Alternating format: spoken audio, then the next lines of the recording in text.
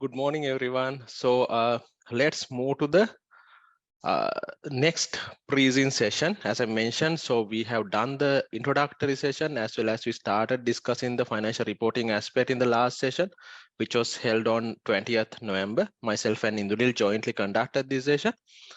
Then as planned, actually, Indunil couldn't make the second session on 24th November. So he will let you know the exact date of his particular or his last session of the pre-scene analysis very soon. So as promised, what I'm going to do is I'm going to do my analysis, that is actually financial reporting side of this particular pre-scene analysis. Rest of the areas with regard to the financial reporting aspect of this pre-scene analysis today.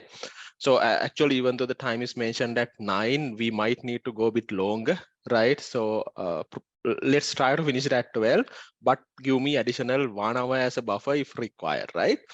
Okay, so this is the same tutorial. So what I have shared in the last week, right? But I have added some, actually I added a couple of slides. What I would do is I will share this particular tutorial once again. And in addition to that, mainly targeting the consolidation area, I have a separate PowerPoint presentation, which also we will focus today, right? So hope the idea is clear. Now let's move to the, so all these things we discussed in the last session. All these things we discussed.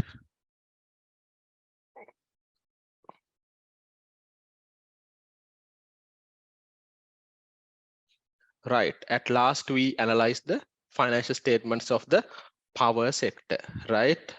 So what we need to start is from this particular point.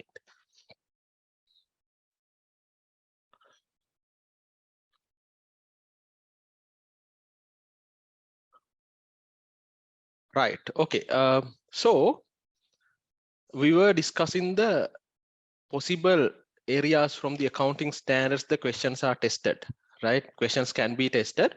So under this particular information, what it was given is now about acquisition of Expressmart, another subsidiary, another company, I would say, under the retail sector. What it was mentioned is actually in mid 2021, Group Chairman Stephen submitted a board proposal to acquire a competitor.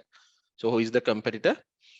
Expressmart Private Limited. So this proposal was submitted, which has the important aspect is 20 outlets outside the Colombo. Now, if you look at this particular matter at the moment, Safeway Group has 2 outlets to sell their imported branded products. One is in Cinnamon Gardens, other one is in Nugegoda.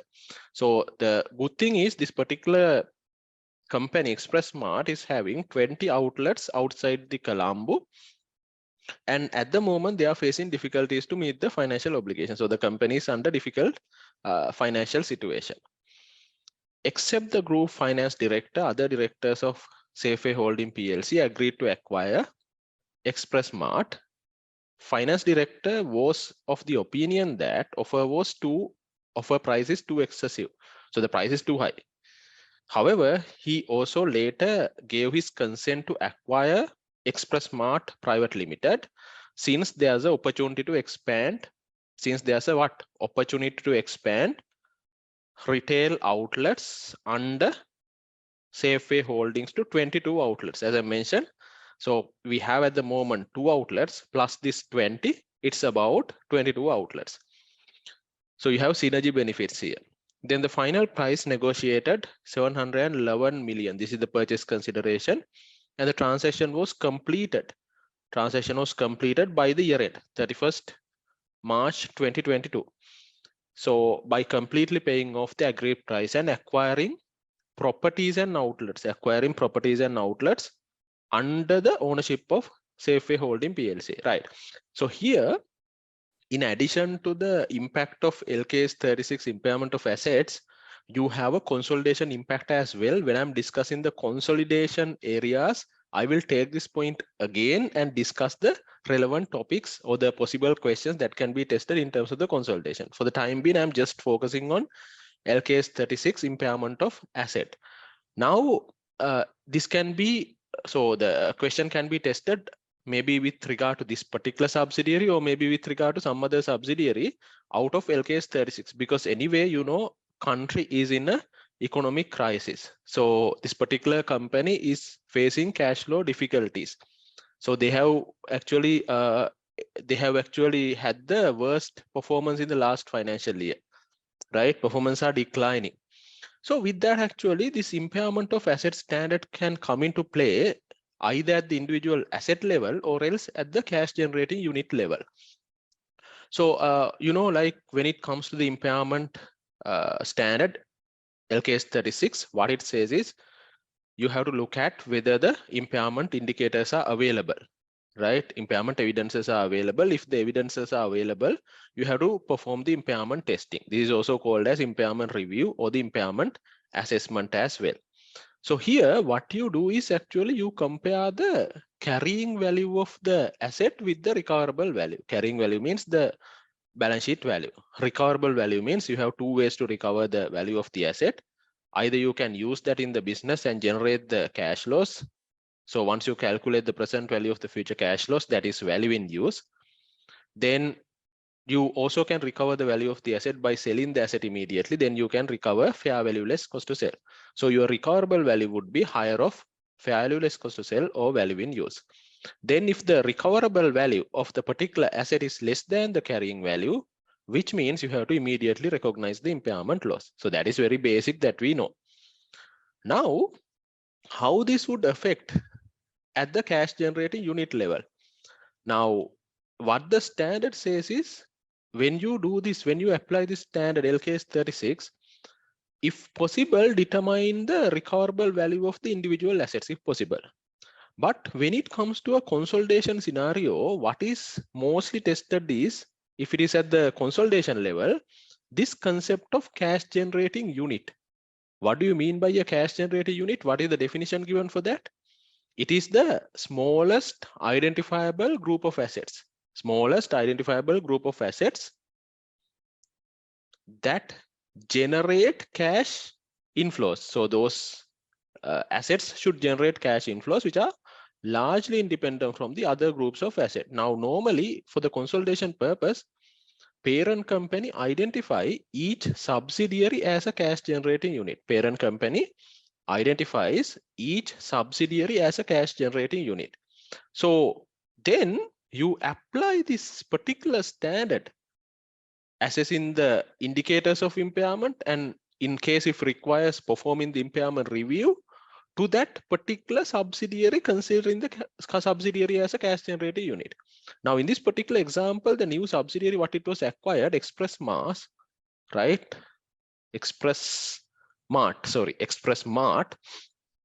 So it's clearly mentioned company has paid an excessive price. Company has paid an excessive price. That's why even the initial stage, the finance director didn't agree to go ahead with this acquisition. So he was thinking that the amount, this particular company, the amount of the consideration that we pay is too high, right? If I go back, it was 711 million. Now, normally, once this has been happened, there should be a goodwill figure, right? Because if you pay an excess over the fair value of the identifiable asset of the fair value of the identifiable net asset of the acquired subsidiary, if the purchase consideration is more than the fair value of the identifiable net asset of the acquired subsidiary, that has to be reflected in the goodwill figure. Now, one matter that we would find out when we are analyzing the financial statement, we look at this goodwill is not reflected in the financial statements. So have they correctly accounted for the goodwill? So we'll come to that, right, when I'm discussing the consolidation. But let's say goodwill is recorded. Then when you are doing the assessment, when you are doing the impairment assessment for the particular subsidiary, you have to apply this check. You have to take the carrying value and you have to take the recoverable value. Tell me what is the carrying value with regard to the particular cash generating unit. It should include the carrying value of the net asset of the subsidiary in the consolidated financial statements, because once the subsidiary is consolidated, assets, liabilities of that subsidiary is line by line added and taken to the consolidated statement of financial position. So the carrying value consists of carrying value of the net assets, right? Carrying value of the net asset with regard to that subsidiary at the consolidation level plus carrying value of the goodwill. So this is the carrying value of that particular unit. Then recoverable value to be calculated with regard to that subsidiary. What is the fair value less cost to sell? What is the value in use? Out of these two, what is higher? You perform the impairment testing. So there, if you find out there's a impairment, which means the carrying amount is higher than the recoverable amount, you have to recognize the impairment with regard to that particular cash generating unit with regard to that particular subsidiary. Then if it is one asset, you know what is the double entry to be passed. You need to charge the impairment loss to the profit and loss statement and credit the particular asset. But when you have a cash generating unit, when you have a subsidiary, when you have a company, how do we recognize the impairment loss? It has to be debited to the P&L. But where should I allocate that impairment loss first? Right? What is the allocation order of the impairment loss to the assets of this particular subsidiary? So those are the questions that can be tested, right? Now I'll come to this particular slide. So this is what is the allocation order is. This is the allocation order, right? When you test a particular cash generating unit, including the goodwill, when you are allocating the impairment loss, you need to first of all allocate to the assets which are obviously impaired. Let's say if the question says that one of the asset in the subsidiaries got destroyed because of a fire or a physical damage has been occurred, or there's a patent, that particular patent is having no value now. It is superseded by a technology introduced by the competitor. So you allocate first to the assets which are obviously impaired. These are called as demolished assets as well. Thereafter, allocate to the goodwill of that particular SBU, subsidiary, cash generator unit. Finally, you allocate to the other assets on what basis? Pro rata basis. So this is the order of allocating the impairment loss to a cash generator unit which has a goodwill figure. That means at consolidation level, allocation of impairment loss to a particular subsidiary which have been identified as a cash generating unit. So this is the order of the loss allocation. I hope you understood about it. Are we clear with that? So if you have any questions, you can raise. So is that clear? Right, great. Then the other thing, this is just to remind you, now I told you at the very beginning, you perform the impairment testing or impairment review or the impairment assessment only if you have an impairment indicator. If you have an impairment indicator, you conduct the impairment testing. That means you compare the carrying value and the recoverable value. If you don't have any indicator, you don't need to perform the impairment test. But there are 3 exceptions, which means there are 3 assets. In case of these 3 assets, even though there are no impairment indicators, it's a must for you to perform the impairment testing. It's a must for you to perform the impairment testing. What are these 3 items? Number 1, what we just discussed, cash generating unit to which goodwill is allocated. So if you have a cash generating unit subsidiary to which goodwill figure is allocated, goodwill is calculated, it's a must for you to do the annual impairment testing, right? So what are the other 2? Intangible assets with indefinite useful life, no amortization. You believe that it can be used for indefinite useful life. So always there's a possibility of overstating the value as you are not amortizing the value of the asset. So intangible asset with indefinite useful life, as well as intangible assets not yet available for use. These are actually the internally generated intangible assets which are in the development stage, right? So these 3 assets, if you have an indicator, yes, do the impairment testing. If you don't have an indicator, at least on annual basis, you need to do the impairment testing. So this can be done at any time during the reporting period, but mostly companies are doing that at the year end, as well as, so the date that you do the impairment testing has to be consistent. If you do that at the year end, do it at the year end. If you do that on 30th of June, do that on 30th of June. So do it on consistent basis, but like at least on annual basis, you must test the impairment of these 3 assets, even though there are no indicators available. Okay, so that can be also applied to this particular question. So this can be applied to any subsidiary where there's a goodwill figure, because it's a cash generating unit with goodwill. Annual impairment testing is a must.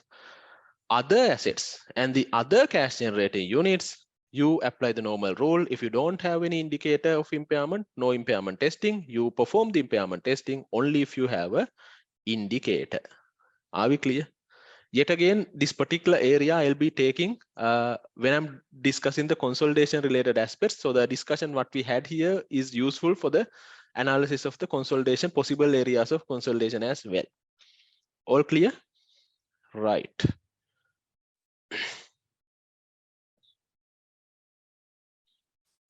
Okay, so there's a question.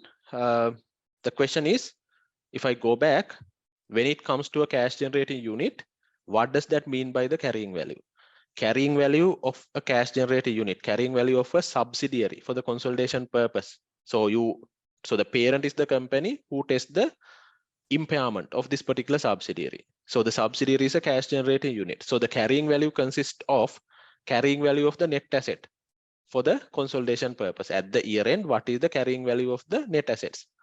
That is the equity section, or the assets minus the liabilities plus carrying value of the goodwill. So this would give you the total carrying value. Then in the exam question, normally examiner will tell you what is the recoverable value. You compare the recoverable value and the carrying value. If the recoverable value is less than the carrying value, you have recognized the impairment loss. Then the impairment loss has to be allocated in the particular order given in this slide. I hope it is clear. Any questions? No, right, great.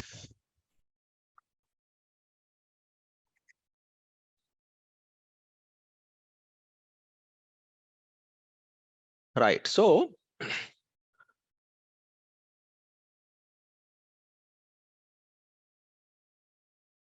okay, so there's another question relating to the what you call consolidation. I will take that particular question when I'm discussing the consolidation, right? You have the answer there actually.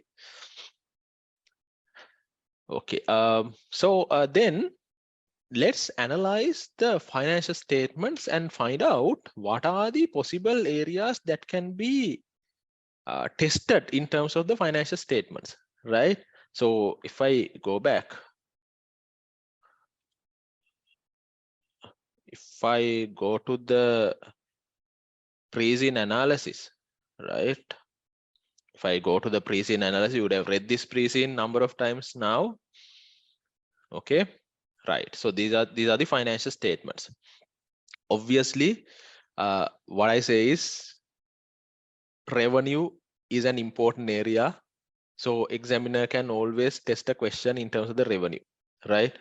So actually he has not tested the entire revenue standard last time, which means there's a high probability of testing a question in terms of the revenue this time, right? This is all about application of 5-step model in terms of the revenue recognition, right? So they have actually different businesses, right?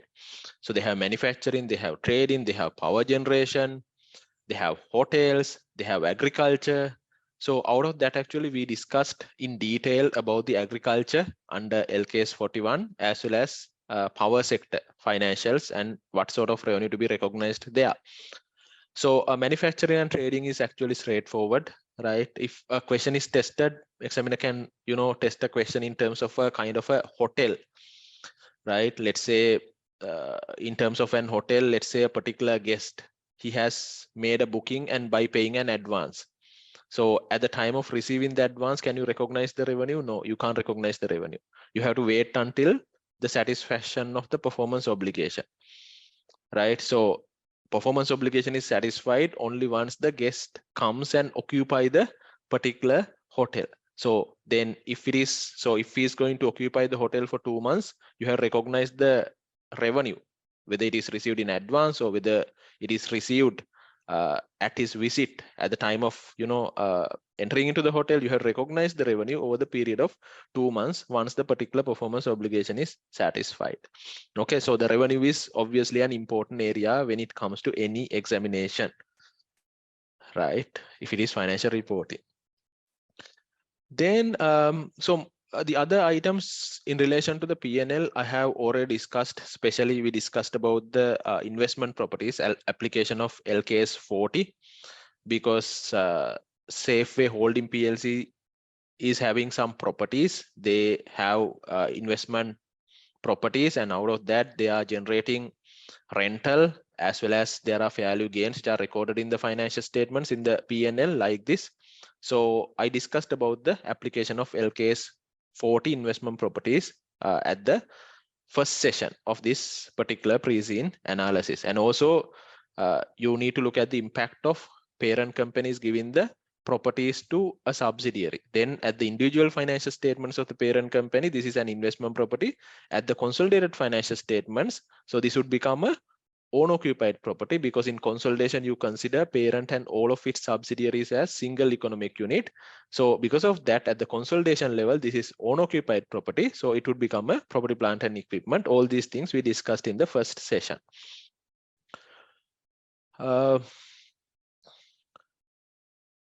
Then we discussed about actually under the financial instruments, fair value gains and the losses of the equity financial assets, which are classified under fair value through OCI, right? So you fair value and the fair value changes are taken to the other comprehensive income and getting accumulated in a equity reserve. Then here you have a revaluation gain with regard to land and building. LKS 16 is applicable revaluation model as a subsequent measurement model. Because so here, rather than an accounting question, there can be a risk of material misstatement as well, right? So that is with regard to the identifying of the risk of material misstatements. Indunil has covered this particular area in his first session, right? So how the revaluation gain would lead to a risk of material misstatement, because it is judgmental. So you take the service of an expert, he gives a value. So whether it is correct, whether the value that he is communicating is correct, because it is a significant amount, right? It is more than the profit for the year, if you look at the revaluation gain. Then you have a remeasurement component of the defined benefit obligations. I discussed about the defined benefit obligation under the employment benefit. So, this is actually out of the, so the enterprise or this particular group might have a post-employment benefit plan, either a pension scheme or a gratuity scheme. So where you need to recognize the relevant items. So when it comes to the statement of financial position, you need to recognize the net obligation. That is the present value of the defined benefit obligation minus the fair value of the plan assets. On the other hand, in the statement of profit and loss, you need to recognize the service cost component and the net interest component. In the other comprehensive income, you need to recognize the remeasurement component, including the actuarial gain or loss, right? Then if I go down to the statement of financial position, right, you have, if you see this now in the pre-scene, it was mentioned that this company is going through a difficult situation in terms of cash flow management, severe cash flow issues, liquidity issues, working capital issues, and the economy is in a crisis. But if you look at this company, they are aggressive, right? That is their one of the growth strategy is the acquisition strategy, acquiring companies, investing in assets. So the property, plant and equipment has gone up, right? Then there's a significant amount in the right of use the asset. So which means if you look at the balance sheet, you have right of use the asset. Under the liabilities, you have lease liabilities under non-current as well as current. So which means SLFRS 16 is applied to this company, this organization. You know how to account the leases from the lessee's perspective. Now you don't classify the leases into finance or operating. It's a lease. You need to recognize the right of use the asset and the lease liability in terms of all leases, other than two exceptions.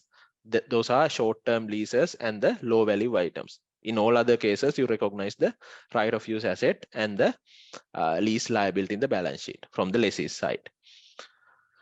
Then we discussed about the investment properties, intangible assets. Again, in the previous session, I discussed about it, right? So there can be internally generated intangible assets like developing agro-based IT app. And even in this question, it was mentioned, so this particular group has acquired, especially the hotel and the restaurant section has acquired a global franchise right. So the amount that you have paid for this particular franchise right might have been included under the intangible asset. Okay, might have been included under the intangible asset. That is a purchased intangible asset. Then you have actually financial assets, which I discussed under SLFRS 9. Then deferred tax assets. Normally, what you have is a deferred tax liability, but in this case, there's a deferred tax asset, as well as if you go down under the non-current liabilities, you have deferred tax liabilities. So normally what you do is, if you look at a particular company, now look at the company column over here. If you look at the company column, you don't have a deferred tax asset, you have a deferred tax liability over here, right? So normally deferred tax liabilities and the assets are offset, because why? It is levied to the same taxation authority, and you have a legally enforceable right to set off the current tax. So because of that, you set off the deferred tax liabilities and the deferred tax assets. But at the group level, you have a deferred tax asset separately, which is not net off with the deferred tax liability. First of all, what would be the possible cause of having this deferred tax asset? What is the possible cause of having this deferred tax asset? Might be because of the power sector. You saw power sector is loss making. When you have a tax loss, you can carry forward that and set off against the future tax profits, right? So that means future tax payments would be reduced because of this tax loss. So that can be recognized as a deferred tax asset. Then we need to look at whether the deferred tax asset is recoverable. So whether sufficient profits would be there in the future to set off this particular tax loss, right? So you need to look at the recoverability of the deferred tax. Might have been you will be given the information in the unseen. Remember, all these things what I say is not going to be discussed, right? But anyway, even though it's not going to be discussed under the pre-scene analysis, this is a kind of a revision for you to face the examination successfully. Take it in that way, right? So the things what I say 100% is not going to be tested. It's too much, right? But it is a kind of a revision for you to get ready for the paper. So now when it comes to the group level, let's say one company is having a deferred tax liability, another group company is having a deferred tax asset. Can we set off these two? What do you say at the consolidation level? Deferred tax liability of one company with a deferred tax asset of another company. Normally you can't. Because why? Consolidation is not a legal concept. It is substance over form. You consider the economic reality, parent and all of its subsidiaries as a single economic unit. But tax is a legal concept. You don't have a legal right to set off the tax loss of one company with the profits of another company. So that's why you don't net off deferred tax assets and the liabilities of two different companies. Okay, right. Then if you look at this balance sheet, right? If you look at this balance sheet, all these things I'll discuss. So after going through the balance sheet and the statement of profit and loss, I'll go to the slides and give you the necessary hints as well as the information, right? For the time being, just have a look on these things. Now, inventories and the debtors, it has gone up, right? No, now if you look at debtors first, if you look at the total revenue of the group, it has been slightly come down, no? You can imagine debtors going up with the increase in revenue. But here what has happened, revenue has come down slightly, but the debtors, trade receivable has gone up. This is the what? Economic crisis. So this is why it says that company had to invest a lot of money in the working capital, because under the current economic conditions, your customers are finding it difficult to make the payment, right? So Indunil has correctly pointed out in his first session, he has mentioned that the number of days, debtors days, he has calculated and shown you it has gone up.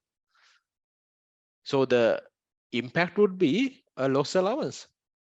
You have to apply the expected credit loss model. So in this case, mainly the debtors means trade debtors, which doesn't have a significant financing component, which means trade debtors which are settled within 1 year time, within 12 months time, so that we can apply the simplified model of the expected credit loss, right? That means for all the debtors, you don't need to classify into 3 baskets, right? So basket 1, basket 2, basket 3. So in the expected credit loss model, you have 3 baskets, no?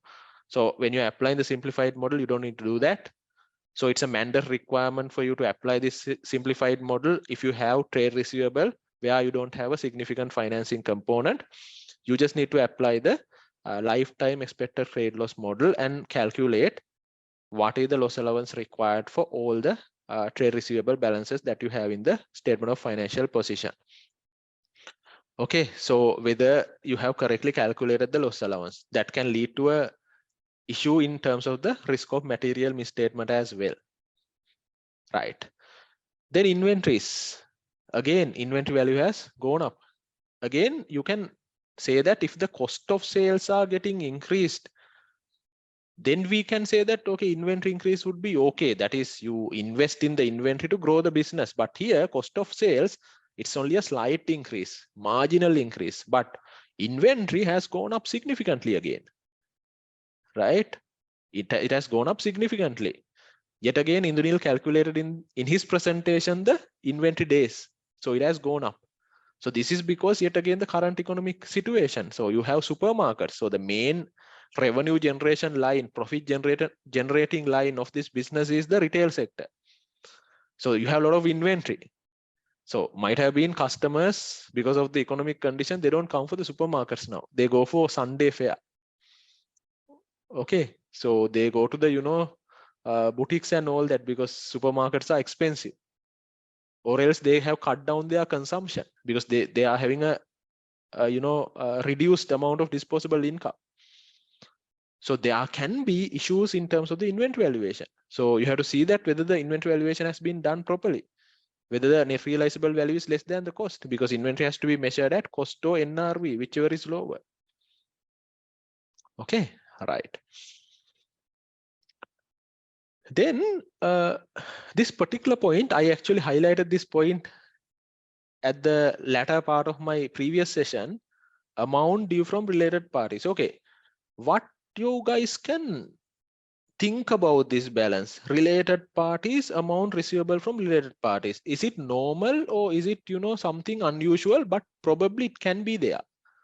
So what is your view about the related party balances at the group financial statements and the company financial statements? Any views, any suggestions, any comments that you need to make on this?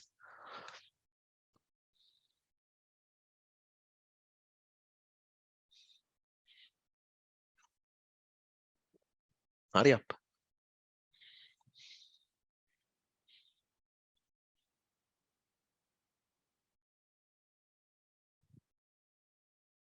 You can understand having the related party balances, receivable or payable balances when it comes to the company level.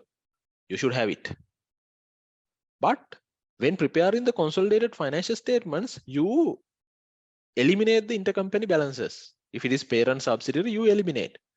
So normally at the group level, in terms of the parent and subsidiaries, you don't have any amount due to related parties because it is getting set off. But in this company, at the group column, you have some related party receivable as well as payable, if I'm not mistaken. Yes, there's a payable balance as well. So then what is the hint? Either it is wrong, they have not applied the standard properly, or else there are related party transactions and balances which are not getting eliminated at the group level. What are those? Related party definition is not just limited to the parent and subsidiary. There can be an associate. Now, if you have an associate, that is a related party to you. Then intercompany transactions and the balances between the group companies and the associates are not getting eliminated because associate is not a part of the group. So this can be a amount due from one of the associate, but in the group structure, no such information is given, right? Similarly, this can be a amount due from a particular related party you have that has been identified, or he or she has been identified as a key management personnel of the company. So any person who is having the authority, responsibility to direct, control, and plan activities of the company, we consider them as a KMP, your senior management. So board of directors, CEO, COO, CFO, you consider them as what? KMPs. So if there are any receivable balances or payable balances with the group companies and them, then that can be prevailed at the group financial statement level.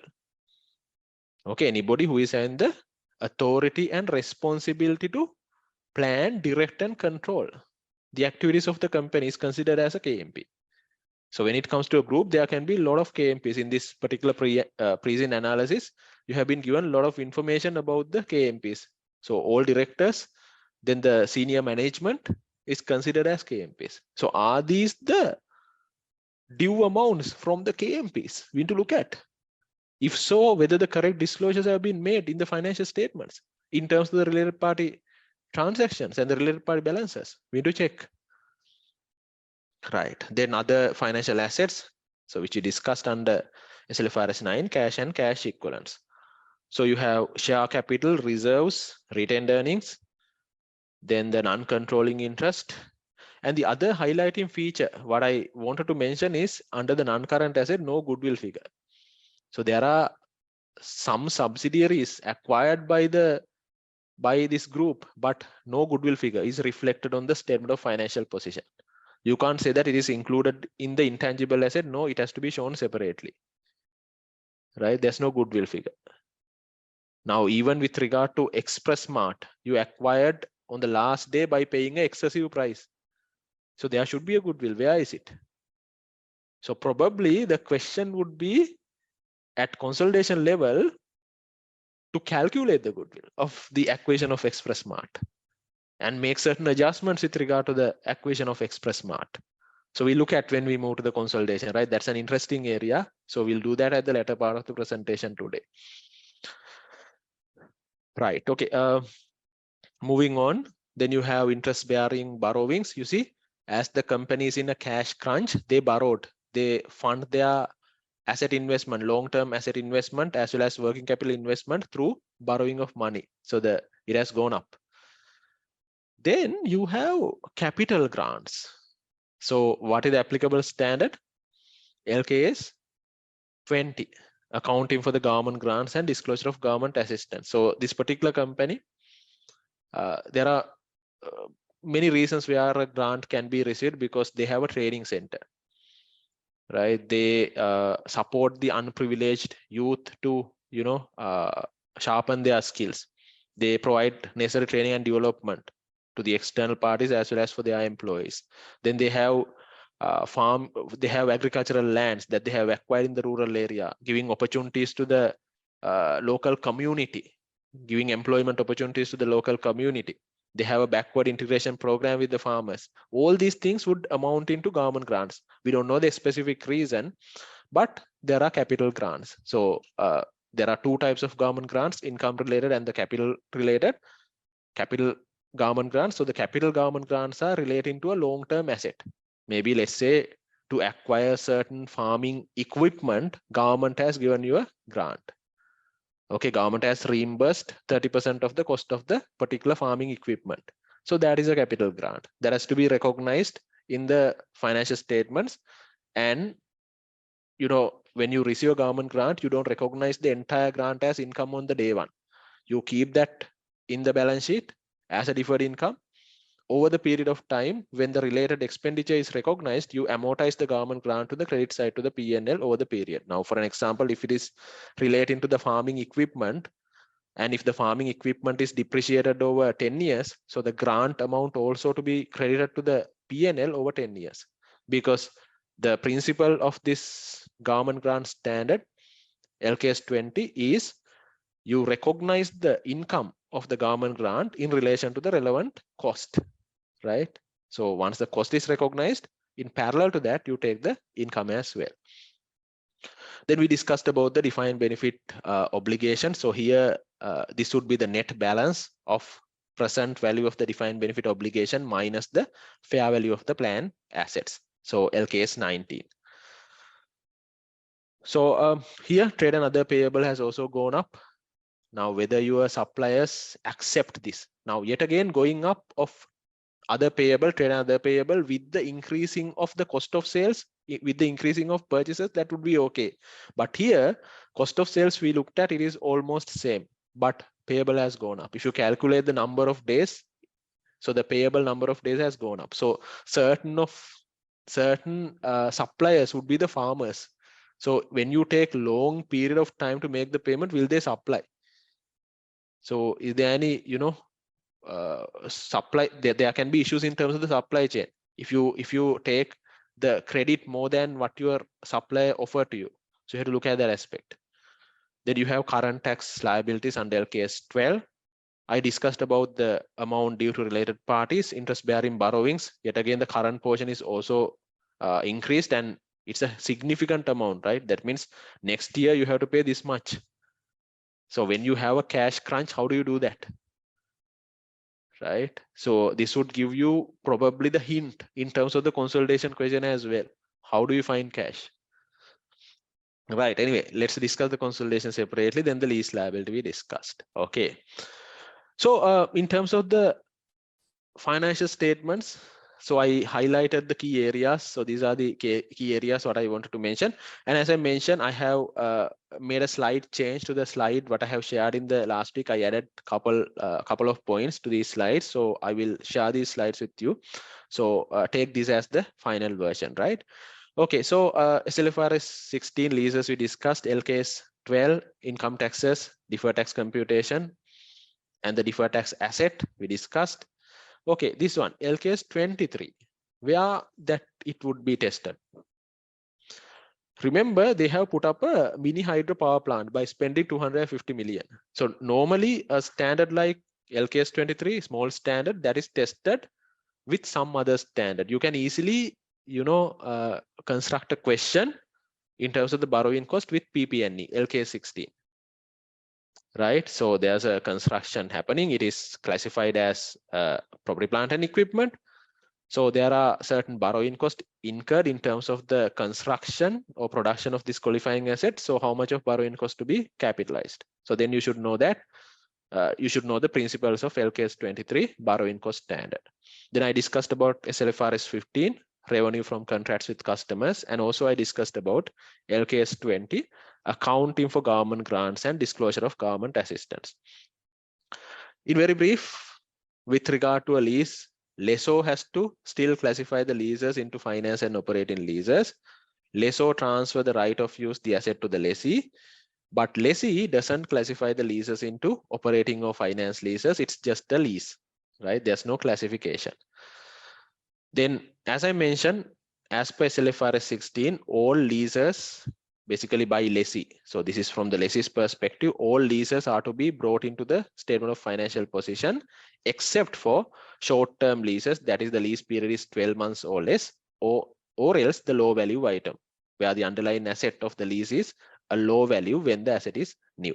So other than these two, you bring all the leases into the books, which means you recognize the lease liability and the right of use the asset in the lessee's books. Okay, so these two exceptions, that is short-term leases and the low value items, where you don't recognize any lease liability or a right of use the asset, you charge these leases, the amount paid under these leases, to the P&L on straight line basis. Okay, so that you know. Then the lease liability subsequently, when you recognize the lease liability and the right of use the asset, lease liability subsequently measured at the amortized cost, right of use the asset is getting depreciated.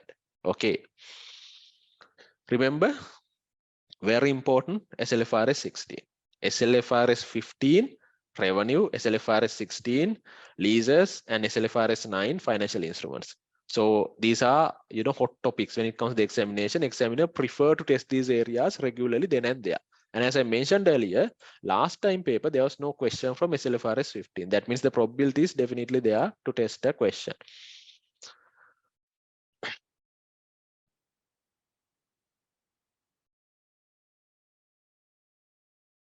Right, moving on.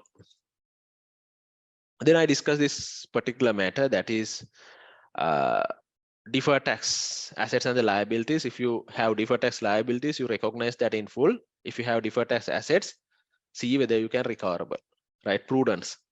Liabilities are in full, assets recoverable. If you look at the balance sheet, you had a deferred tax asset, maybe because of a tax loss made in the power sector.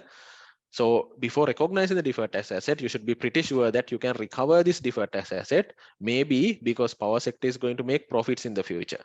So once the profit is made, tax loss can be deducted from that profit. So that deferred tax asset can be recoverable. You need to check that. I explained about the borrowing cost. So here, the borrowing cost, what you incur in terms of a qualifying asset, you can capitalize, but other borrowing cost you need to expense, right? So what is a qualifying asset? Qualifying asset means asset that substantially take period of time to get ready for the intended use. Example, construction of a power plant. Okay. Then I explained about the revenue recognition. So whatever the business that you are in, so I explained this group is in manufacturing, trading, power generation, agriculture, hotel and restaurant. So you need to apply this 5-step model. Now, if it is the example that I have taken, let's say guest make an advance. He make an advance, made a booking, but he will come later. Now, this particular scenario, now the revenue has come down, right? Comparing the last financial year, it has come down. What you have been given is the unaudited accounts, but it has come down. So as it has come down, sometimes company might make a misstatement intentionally. For an example, let's say if it is the hotel and restaurant section, whatever the advances you received for the future bookings, you might recognize as revenue in the current year. Then it is leading to a what? Risk of material misstatement as well. So can you do that? You can't do that. You can't do that. So here you need to apply these 5 steps, identify the contract with the customer. So in my example, agreement that the hotel is having with the particular guest, let's say if it's a foreign person, with that particular tourist, agreement that the hotel is having with that particular tourist. Then identify the performance obligation. What are the performance obligations? You just have only one here in my example. So providing the service, hotel service. So once he come, you have to provide the service. His accommodation, then the food and beverage, you have to provide the service. Then determining the transaction price. What is the value of the total consideration? Okay. Then allocate the transaction price to the performance obligations. Here you just have only one performance obligation. So because of that, entire transaction price is relevant to hotel service. So the particular performance obligation, if you have 2-3 performance obligations, you need to allocate the transaction price to each of the performance obligations. And most importantly, you need to recognize the revenue only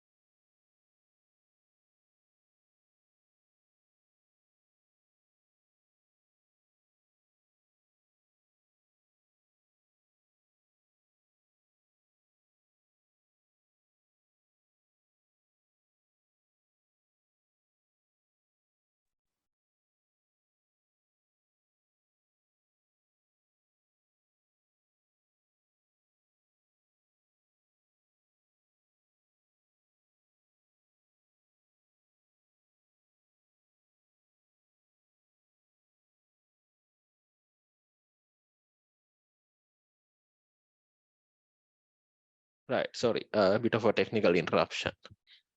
So what I was telling is the government support that you can get as an organization can be a government grant, government assistance, or other benefit. So the critical feature of the government grants is because in addition to the things what I mentioned, this particular company is operating in northern and eastern province. So normally government encourage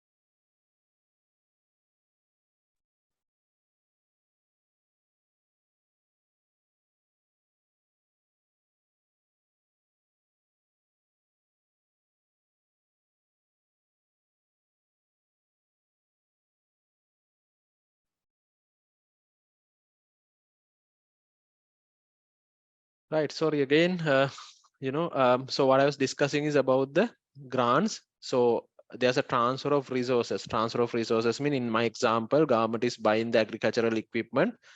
Government is reimbursing 30% of the cost. Transfer of resources in compliance with certain conditions. Government would say that you have to support farmers in these ways, right?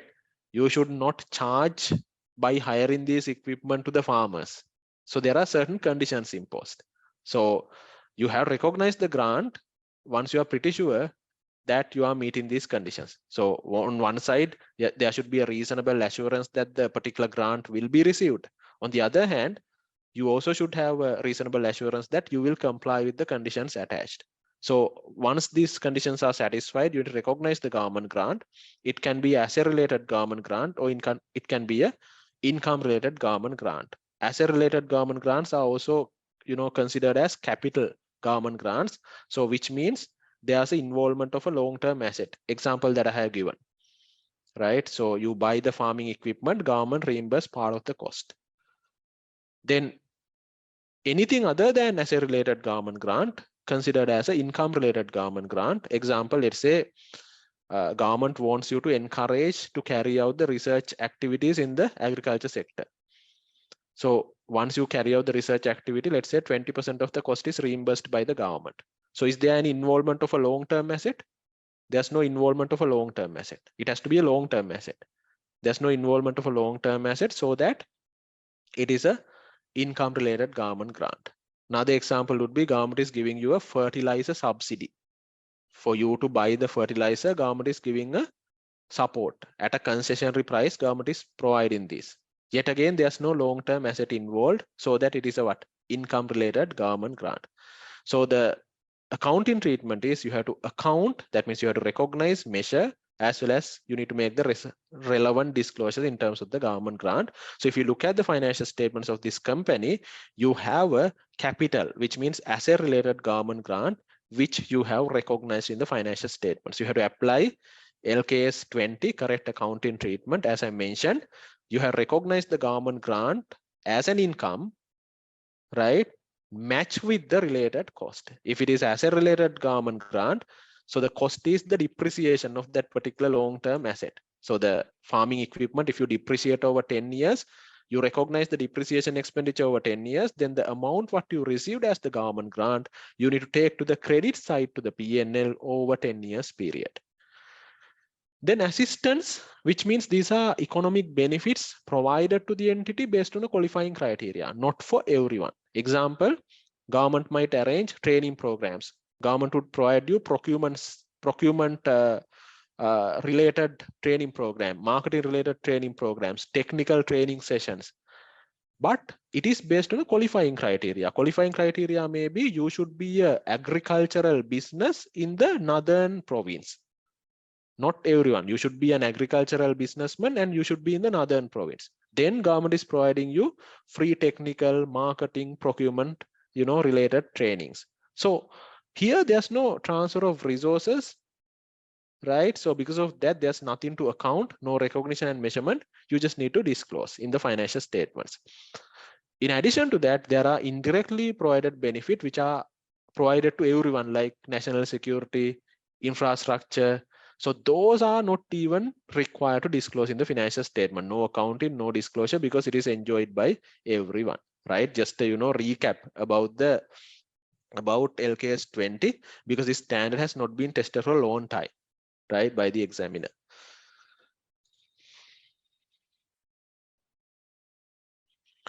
Right. Okay, so that is it with regard to the analysis of what? Financial statements. Analysis of financial statements. So there are a couple of questions, but not related to the pre-scene. So if grant received from an intercompany, how that would be accounted in the group accounts? Okay.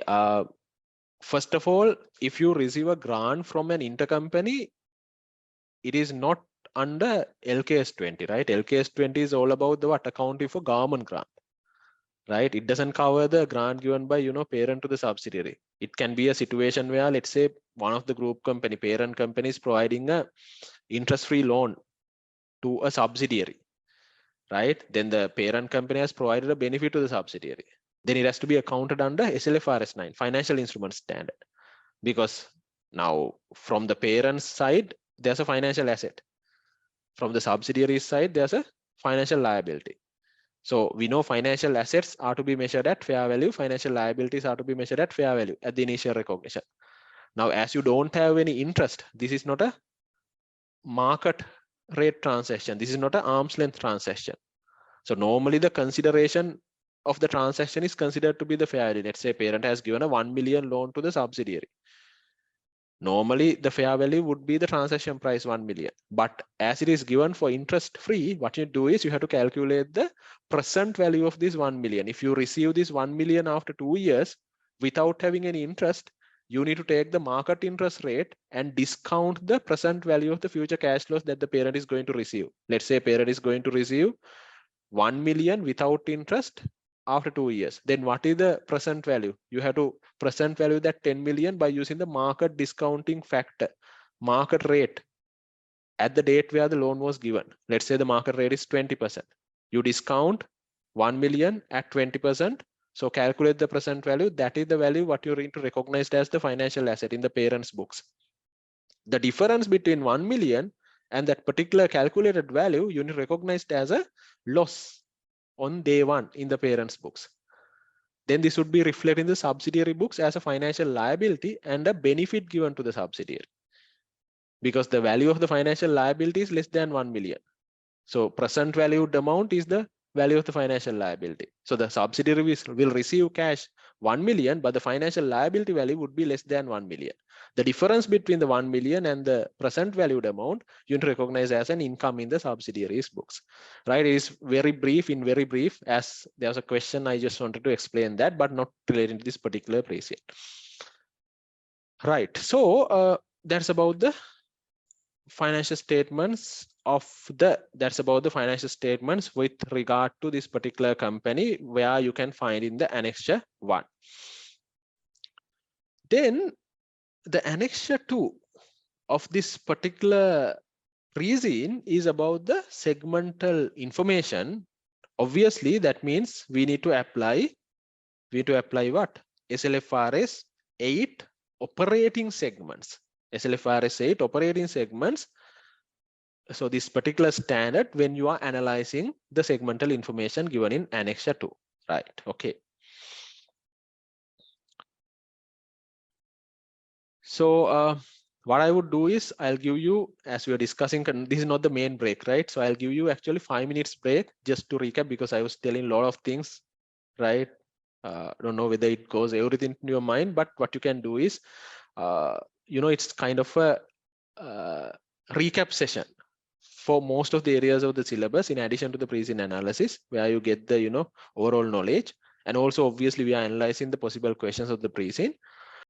Okay, so if you look at the annexure 2, so about the segmental information, so they have identified retail, manufacturing and distribution, restaurant and hotels, power and other as the segments.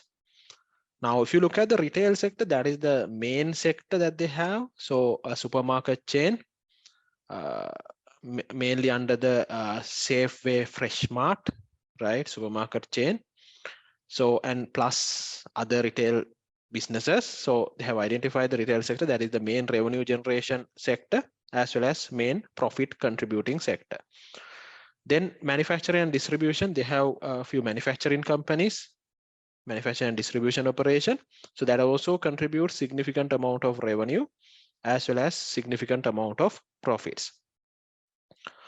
Then you have restaurant and hotels. At the moment, so like revenue is about 4,411 million.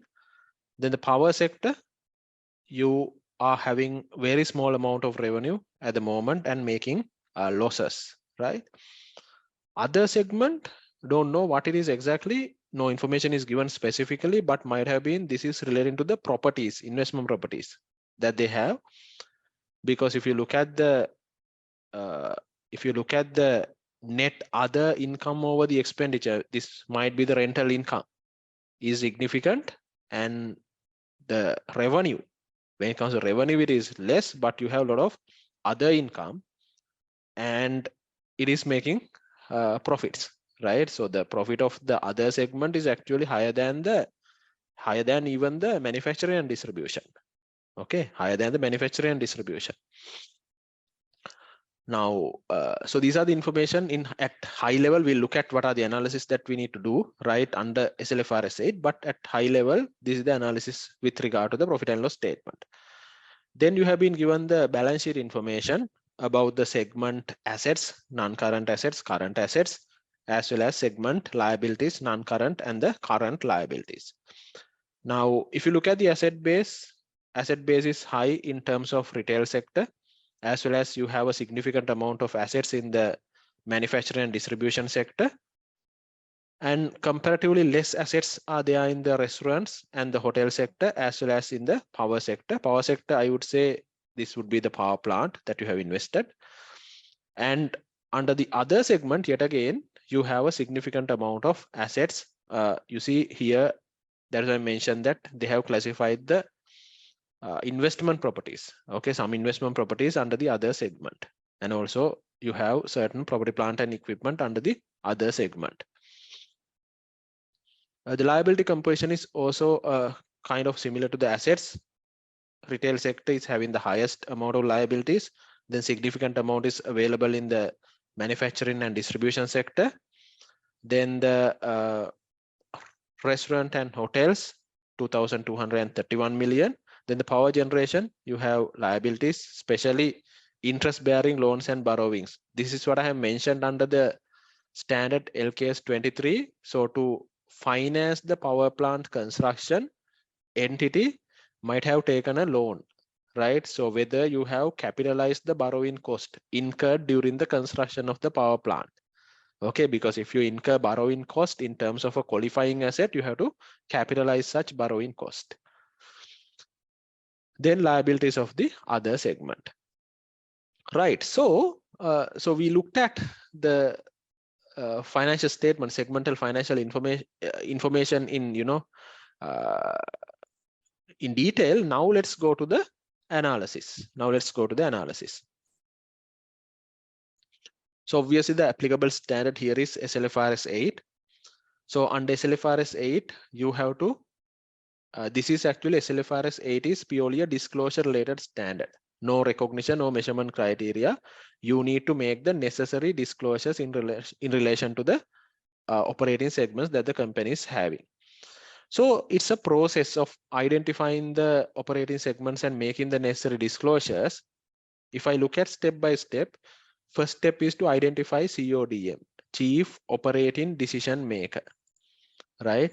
So this is the person or the body who make two important decisions when it comes to a company. So in this case, it's a group. With regard to this group, CODM is the person or the committee who takes the resource allocation decision and the performance assessment decisions.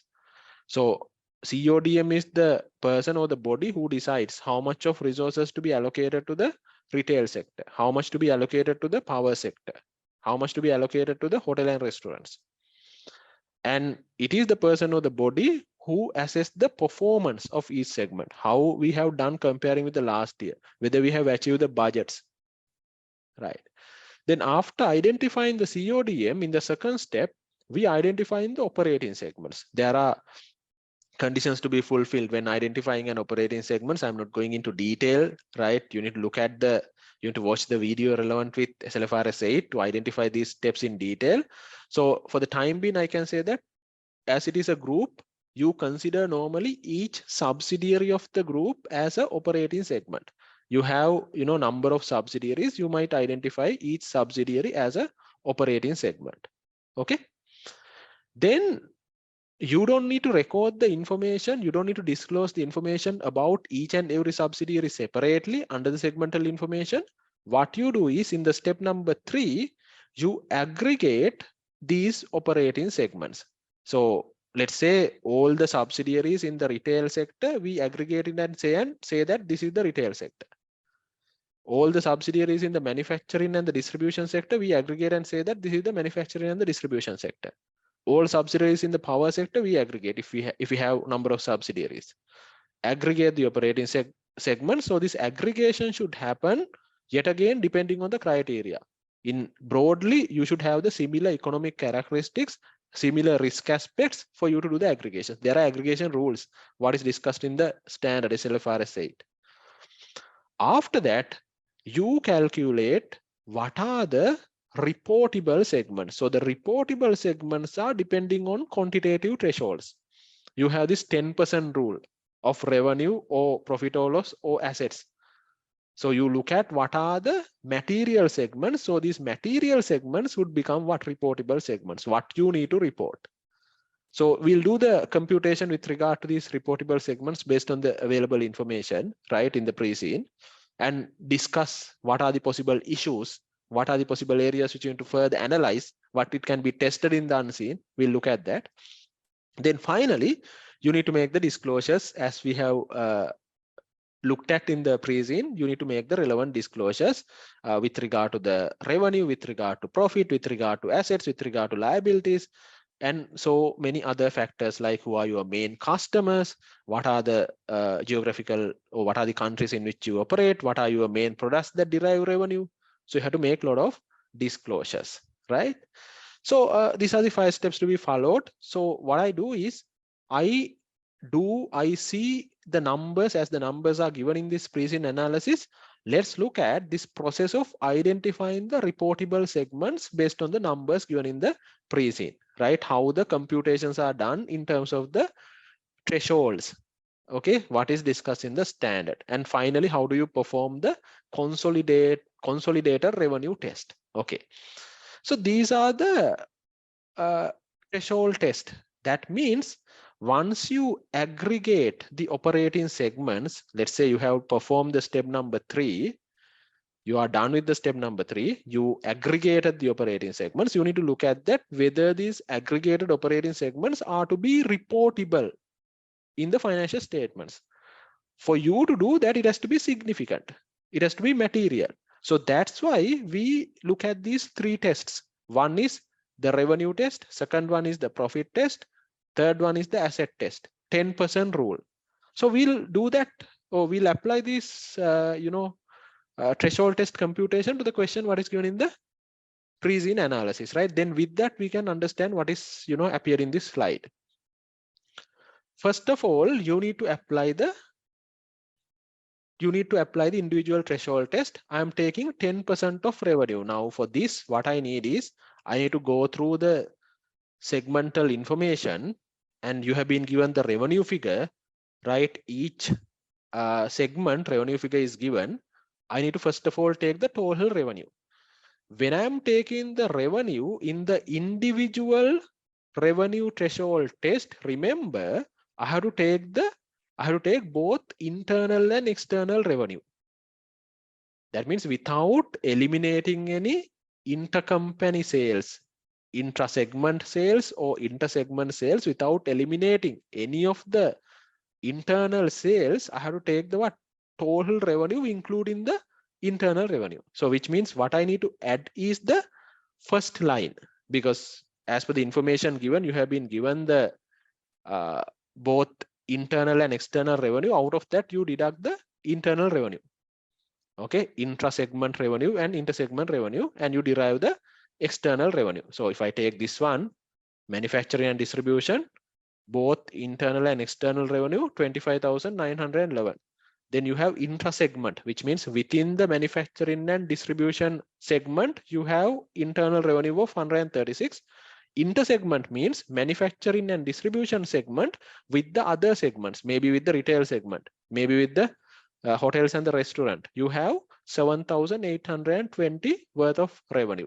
You deduct both of these things, then you calculate external revenue. Actually, external revenue is what is getting appeared in the consolidated statement of profit and loss. Okay, because in the consolidation, we eliminate all the intercompany transactions. Right. So what I need to do, I need to add total revenue. external plus internal. These are the numbers that I need to take for the year 2022, 31st March 2022. In the current year, I add these numbers: 84,148, 25,911, 4,411, 96, and 72. Once I add all these things, the answer that I get is this 114,638. So you can add and see later on. So the answer that I get is that much. Out of that, I calculate how much is the 10%. 114,638 into 10%, it is how much?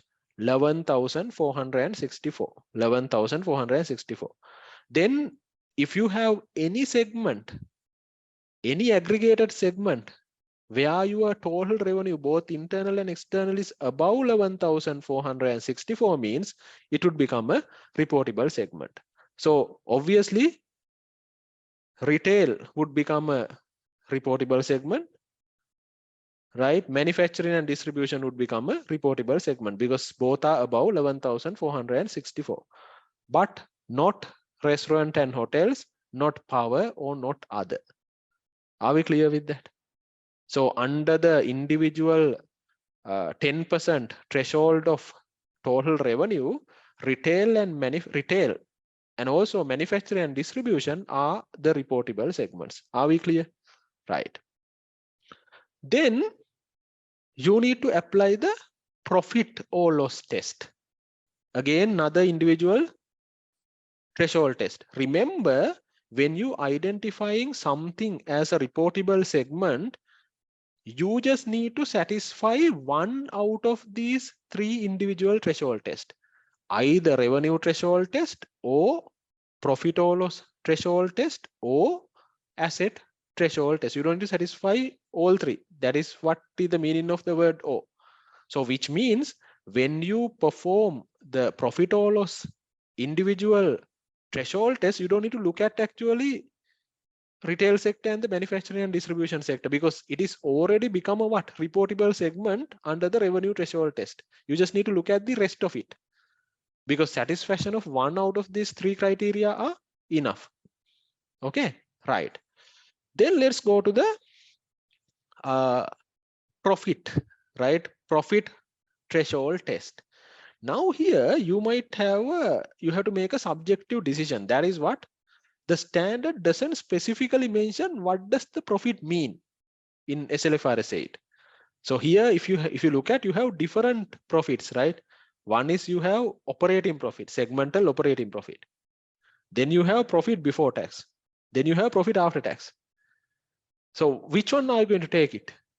What the standard says is whatever that you use to provide the information to your key management personnel for the decision making, you have to take that particular profit figure, right? If you are providing, you are separating the item only up to the operating profit level, and you don't allocate the interest and you don't allocate the taxes into the segment, there can be a group.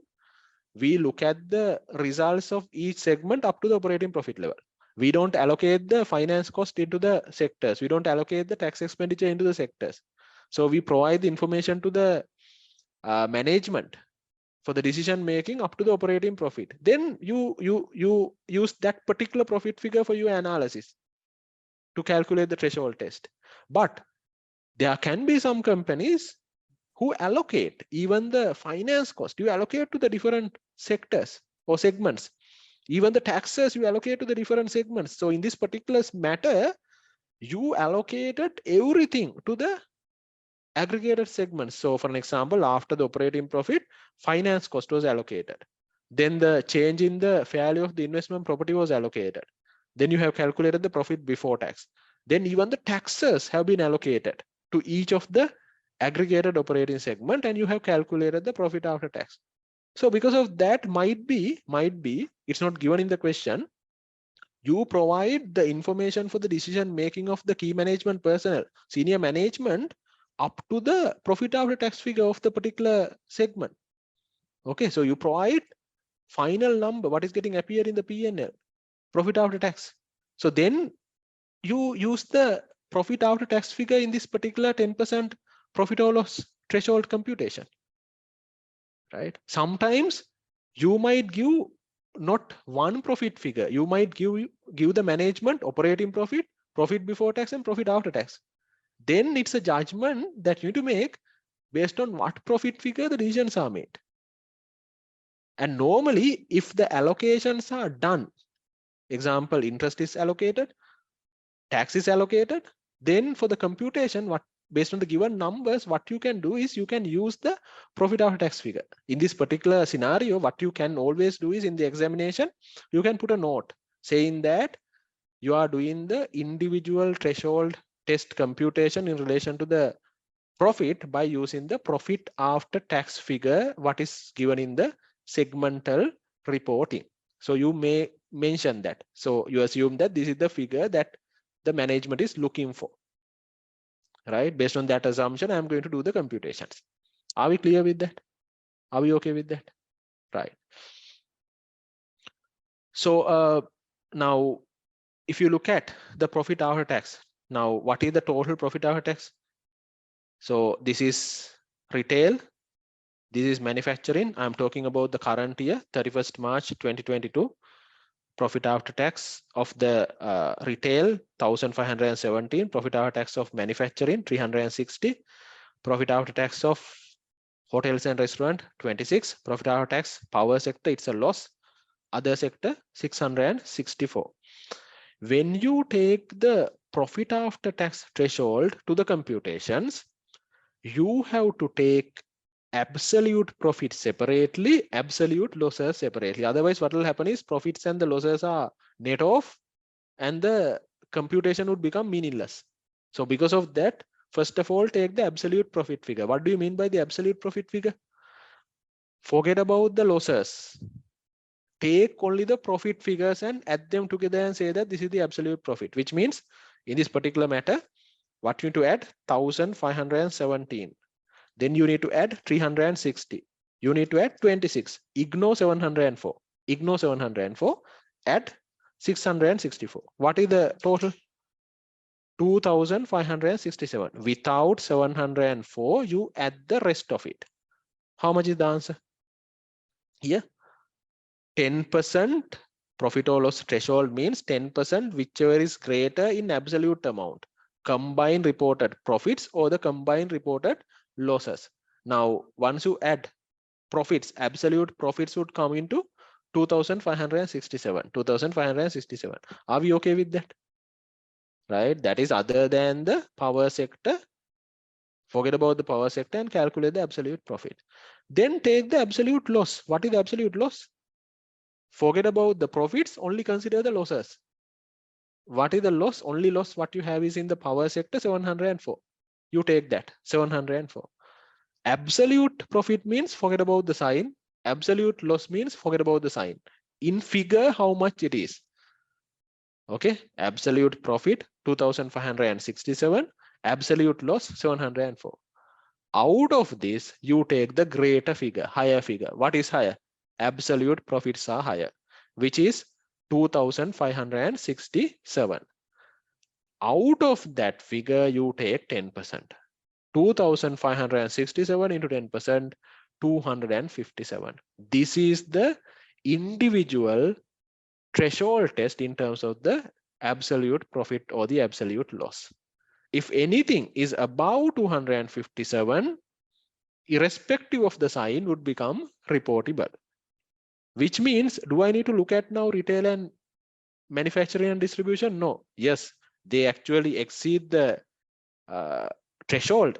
They are more than 257, but you don't need to bother, because why? Retail as well as manufacturing and distribution has become already reportable under the revenue threshold. You don't need to worry that again, because satisfaction of one criteria is enough. Look at the restaurant and hotels. How much is it? 26.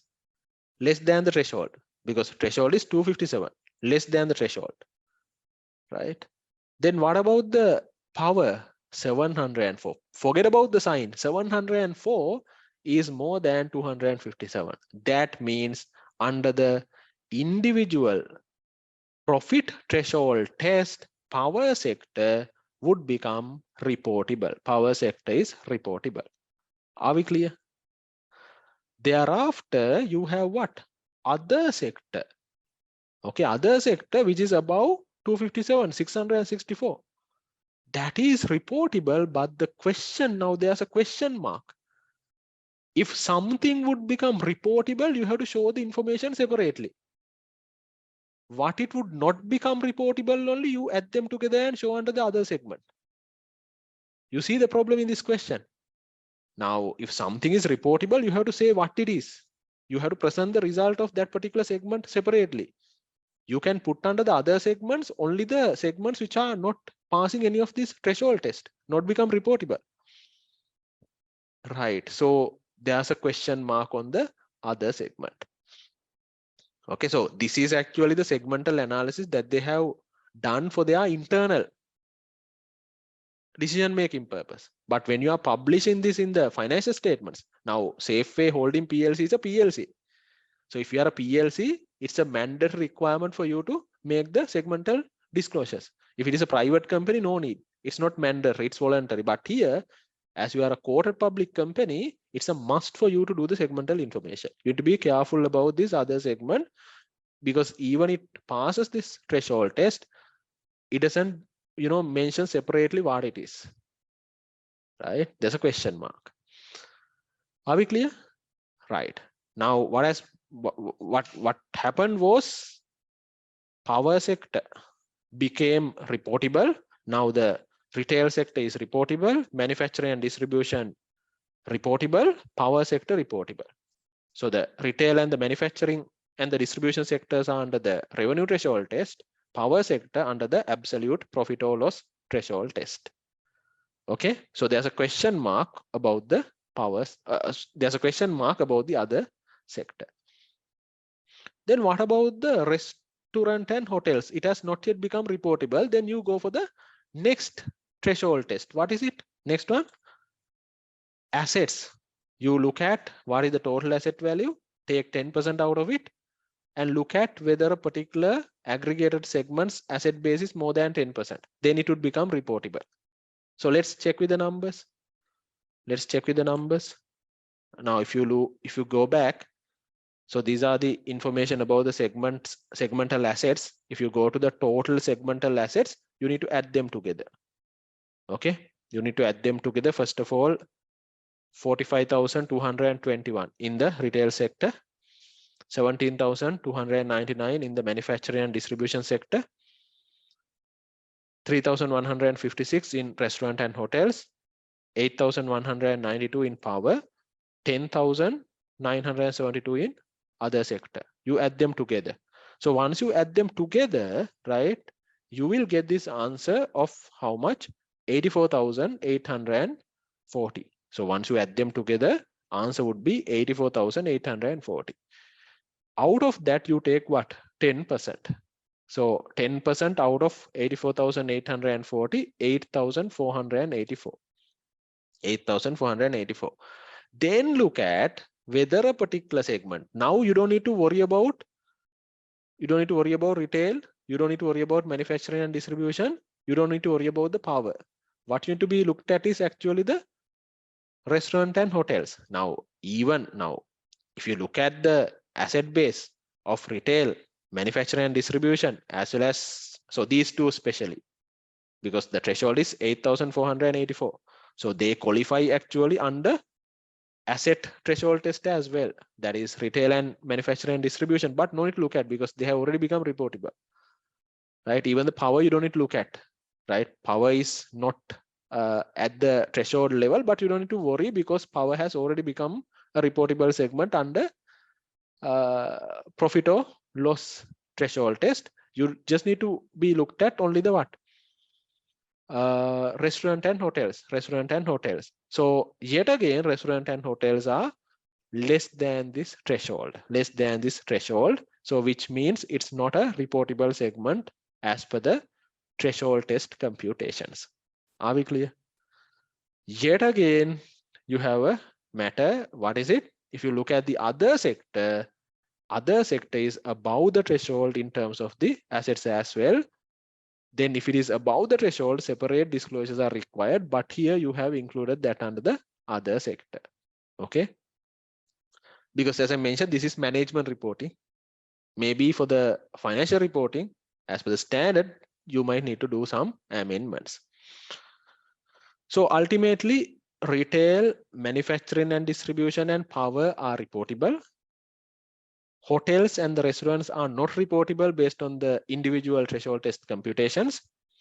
In the other sector, actually other sector is a reportable segment under,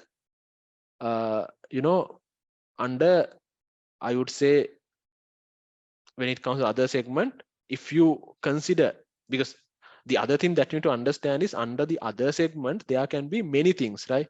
So even though this is important point that you need to remember, now I said that other segment would become reportable, right, under the profit or loss threshold test as well as asset threshold test. But you should remember, under the other segment, there can be many things.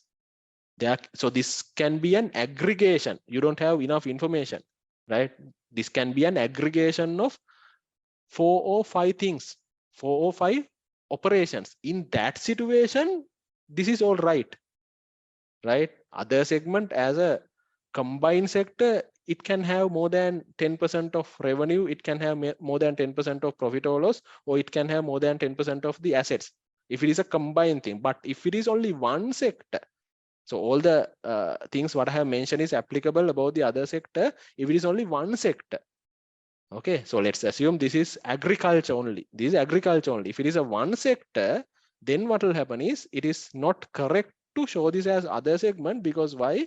It meets the 10% rule in terms of the absolute profit or loss as well as absolute assets. But if it has 3-4 items add together, and because of that it exceeds the individual threshold test, then it is okay. Then it is okay, right? No issue there. Are we clear with that? I wanted to mention that aspect as well. Okay, right. Then the other thing that you need to remember is, before we finalize, now, first of all, SLFRS 8 requires us to do this individual threshold test. Then finally, you need to do some overall test called consolidated revenue test. So this consolidated revenue test is to ensure that at least 75% of the external revenue, after eliminating the internal revenue, at least 75% of the external revenue is included within the reportable segment. So how do you do this check is, you do this after doing the individual threshold tests, you calculated or you do this particular computation, consolidated revenue test, where you take the external revenue of all reportable segments, divide by entities external revenue. The important point that you need to highlight here is, it is all about what? External revenue.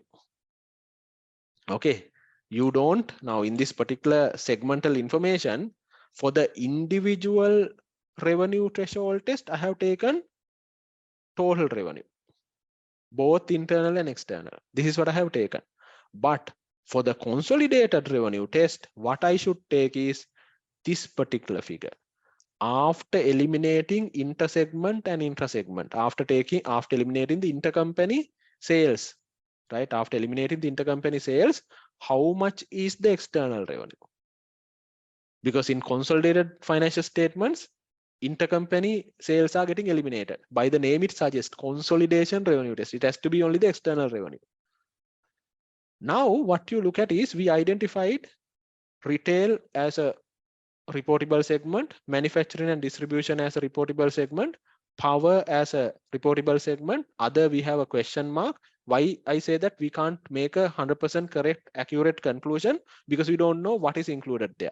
If it is one segment, there's an issue. If it is many segments, then this is fine. This is all right.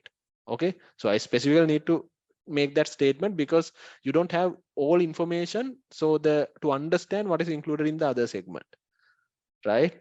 Okay. Then what we look at is, we calculate the external revenue of all reportable segments. How much? Here under the retail, 84,062. Manufacturing and distribution 17,955. Then power doesn't have any external revenue. Okay, so entire thing is internal, so no external revenue. So that means I just need to take these two. So take the, what is the equation? External revenue of reportable segments. So once we add these two, 84,062 plus 17,955, it is how much? 102,017. You divide that by the total external revenue. So the total external revenue includes these two plus this amount, 4,411. Power sector doesn't have any external revenue, plus 72, right? 84,062, 17,955, 4,411 plus 72. So the total external revenue 106,500. So when you divide by external revenue of the reportable segments, which is 102,017 by 106,500, that is the entity's internal external revenue. What is the percentage? 95.8%. To satisfy this test, this particular percentage that you get out of this equation, consolidation revenue test, should be more than 75%. So that is correct. It is more than what? 75%. Okay, is that clear with you?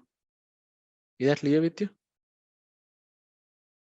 Right, so the consolidation revenue test is then what? Satisfied. So which means ultimately, what are the reportable segment? What is the final conclusion? Retail is a reportable segment. Manufacturing and distribution is a reportable segment. Power is a reportable segment. That is, those are the things that we can derive as the conclusion based on the information given. There can be additional information in the unseen.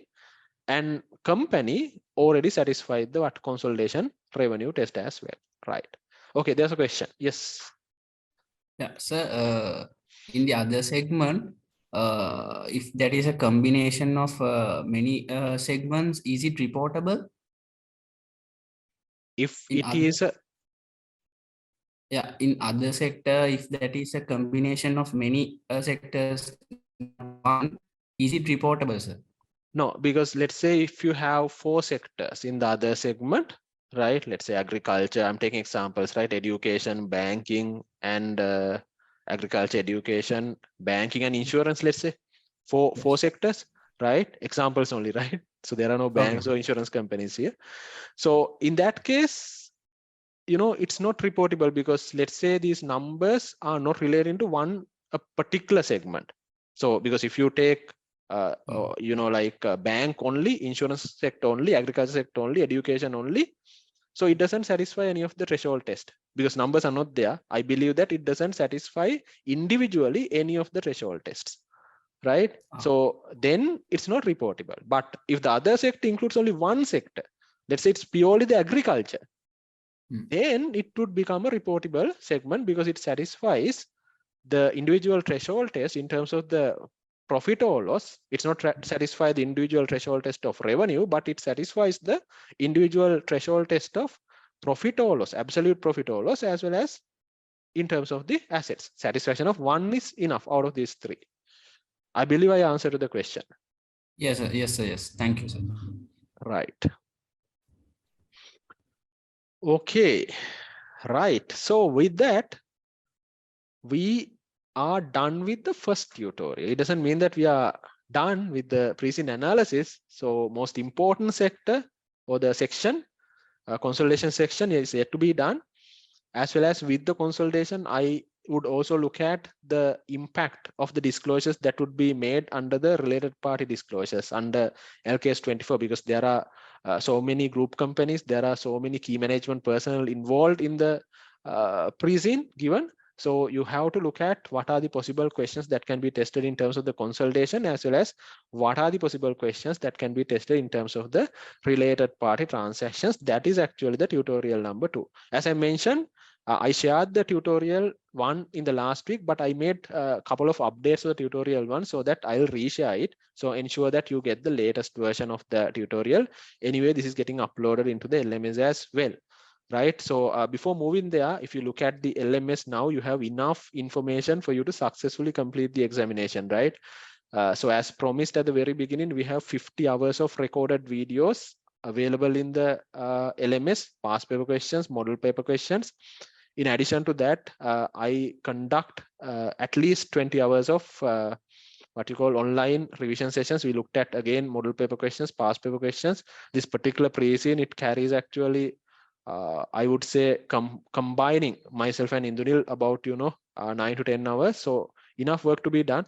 So when it comes to the preparation of examination, just have now only few days. Don't try to do revision kit from top to bottom. Don't be stressed by yourself. If you have done that, that's fine. Otherwise, focus on the areas what is uploaded, the videos what is uploaded in the LMS, because it is all about 70 hours revision, 50 hours recorded plus 20 hours online live sessions. Even the recorded videos of the online live sessions are available in the LMS. You complete that, that's more than enough in terms of the revenue. But if you have enough time, you can try the additional questions, additional past paper questions, or the questions available in the revision kit. But the bare minimum is what is available in the LMS, plus having a good theory knowledge. Anyway, in this pre-scene analysis, in these discussions, I am revising the theory areas as well, up to the extent which I can during the time frame what is available. Right, so what we can do is, shall we have a 10 minutes break? So I'll give you another 5 minutes later on. So we'll have a 10 minutes break, and after the break, we'll discuss the possible, most importantly, the possible consolidation questions that can be tested in the unseen based on the information what is given in the pre-scene. Now, what we are moving on to the second tutorial. Yet again, this particular tutorial I will share with you after the presentation. So, so this particular tutorial, second session, mainly focuses on the consolidation aspect of the pre-scene analysis. We need to understand, basically information is given here and there in the pre-scene analysis. So what I did was actually I put them together and put into a group structure, right? So if you look at the parent company, that is Safeway Holding PLC. So I have included this slide also. If you want to get information about these particular companies, you can get the information there.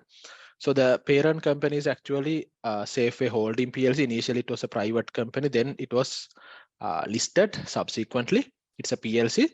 So it has the business of importing and selling branded consumer products, as well as it has some properties which generate rental income. Okay, so that's the parent company. Then there are 4 subsidiaries, right? The first one is Safeway Fresh Mart. This is actually a supermarket chain, has 300 outlets in 25 districts. So here actually the percentage holding by the parent company, Safeway Holding PLC, is only 80%. 20% of it is held by Albert, right? He's the CEO of Safeway Fresh Mart as well as Safeway Manufacturing and Distribution Company, right? He's the CEO. He's having 20%. So basically, his shareholding of 20% to be reflected as the non-controlling interest in the consolidated statement of financial position. If you look at this question, right, you have a non-controlling interest balance. So probably that is the amounts. So basically that is related to this 20% holding of Albert, right? Then Safeway Holding PLC is holding 100% of Safeway Manufacturing and Distribution Limited. Okay, so that actually incorporated with the intention of acquiring similar companies. Safeway Manufacturing and Distribution, if you look at this, so Safeway Fresh Mart, it is a supermarket chain with 300 outlets, 25 districts. So in addition to the supermarket chain, Fresh Mart is having farming land in rural areas and 4 vegetable farms. And CEO is Albert Edirivikrama, and he owns 20% of the Safeway Fresh Mart. That is about this particular company, this one. Okay, about the Safeway Manufacturing and Distributors Private Limited, it is acquired with the intention of acquiring, this is actually incorporated with the intention of acquiring similar lines of businesses. There even the CEO is Albert Edirivikrama, but there he doesn't have any shares. He doesn't have any shares in Safeway Manufacturing and Distribution Private Limited. Hope it is clear. Then the shareholding percentage of the other subsidiaries have not specifically mentioned in the pre-scene, because I can't put anything what is not there in the pre-scene. It seems that it is 100%, but it is not mentioned. So because of that, I avoided putting the shareholding percentages. So yet again, Safeway hotels and the restaurants. So that is incorporated with the intention of acquiring loss-making hotels and the restaurants. If you go to the next slide. So acquire and manage loss-making restaurants and hotels. And also they are having a what? Change to the strategy of the group, because the strategy of the group is to what? Grow through acquisitions. But for the first time, actually, Safeway hotels and restaurant, this particular company built a mini hydro power plant, okay, in Haputale to support one of its hotel that is to be constructed in the future. But with the COVID pandemic, because of the pandemic situation, that decision was reversed, and it seems that they are not going to build that particular hotel. Okay, so there's a power plant, and this is headed by Indira Ferdinandez, that is Steven's wife. That is this company, Safeway hotels and restaurant. So there's a mini hydro power plant. That is not a separate company. That is a project within the financial statements of Safeway hotels and restaurants. So thereafter, this is the newly acquired subsidiary, Express Mart Private Limited, which is in the retail sector, has 20 outlets outside the Colombo, right? So the acquisition was completed and the consideration was paid at the last date, 31st March 2022. So that is also into the retail business. Okay, if you look at the last one, 20 outlets outside the Colombo, Express Mart Private Limited. Okay, so we discussed about the direct subsidiaries. Safeway Fresh Mart, 80% owned by Safeway Holdings. Safeway Manufacturing and Distributing Private Limited, 100% owned by Safeway Holdings PLC. Then the other two direct subsidiaries are Safeway Hotels and Restaurants Private Limited and Express Mart Private Limited, based on the information given in the pre-scene. Okay. Then later on, that is in 1998, after incorporating the Safeway Manufacturing and Distribution Private Limited, acquired two subsidiaries, right? One is, if you look at the first subsidiary, which was acquired by Safeway Manufacturing and Distributors Private Limited, Fresh Milk Dairy Products Private Limited. Fresh Milk Dairy Products Private Limited, they manufacture what? Dairy products. Okay, they manufacture dairy products here. Acquired by Safeway Manufacturing and Distributed Private Limited, manufacturing dairy products. So the company is having 50 acres land situated in Kotmale. Then the next subsidiary acquired by Safeway Manufacturing and Distributors Private Limited is Safeway Manufacturing and Distributed Private Limited is Fresh Milk Confectionery Private Limited. This one. So that is actually a chocolate manufacturing company situated in Siduwa. If you look at that, acquired by Safeway Manufacturing and Distributed Private Limited, chocolate manufacturing company situated in Siduwa. Right. Then subsequently, because Safeway Hotels and Restaurants was established, incorporated to acquire loss-making hotels and the restaurants, acquired a hotel in Negombo, right? That is Coral Beach Bay Negombo. Coral Beach Bay Negombo, which is a hotel which has a global franchise right, which has a restaurant with a global franchise right. Okay. So these three are actually sub-subsidiaries. These three, what is there in the bottom, from the perspective of the Safeway Holding PLC, are sub-subsidiaries. Okay, so Safeway Holding PLC, as per the information given in the case, has 4 direct subsidiaries and has 3 sub-subsidiaries. In addition to that, you have been given the information about the training institute, which is actually formed non-profit motive, give the training and development to the employees, as well as give the opportunities, provide necessary, skills and knowledge to the unprivileged youth. So as a social responsible activity carried out by the Safeway Holding PLC or the Safeway Group. Right? Is that clear? Are we clear about the group structure? And again, I'm highlighting the shareholding percentage of the other subsidiaries. What is not mentioned is not given in the case. So as it is not mentioned, I don't want to put the percentages, but it seems to be 100%, but it's not 100% confirmed as it is not given in the case.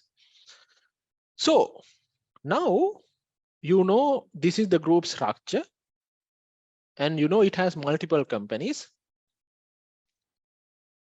And in the pre-scene, if you carefully look at the pre-scene, you have been given the consolidated statement of financial position and the consolidated statement of profit and loss statement of the Safeway Holding PLC. It was given, and the group structure is also complex.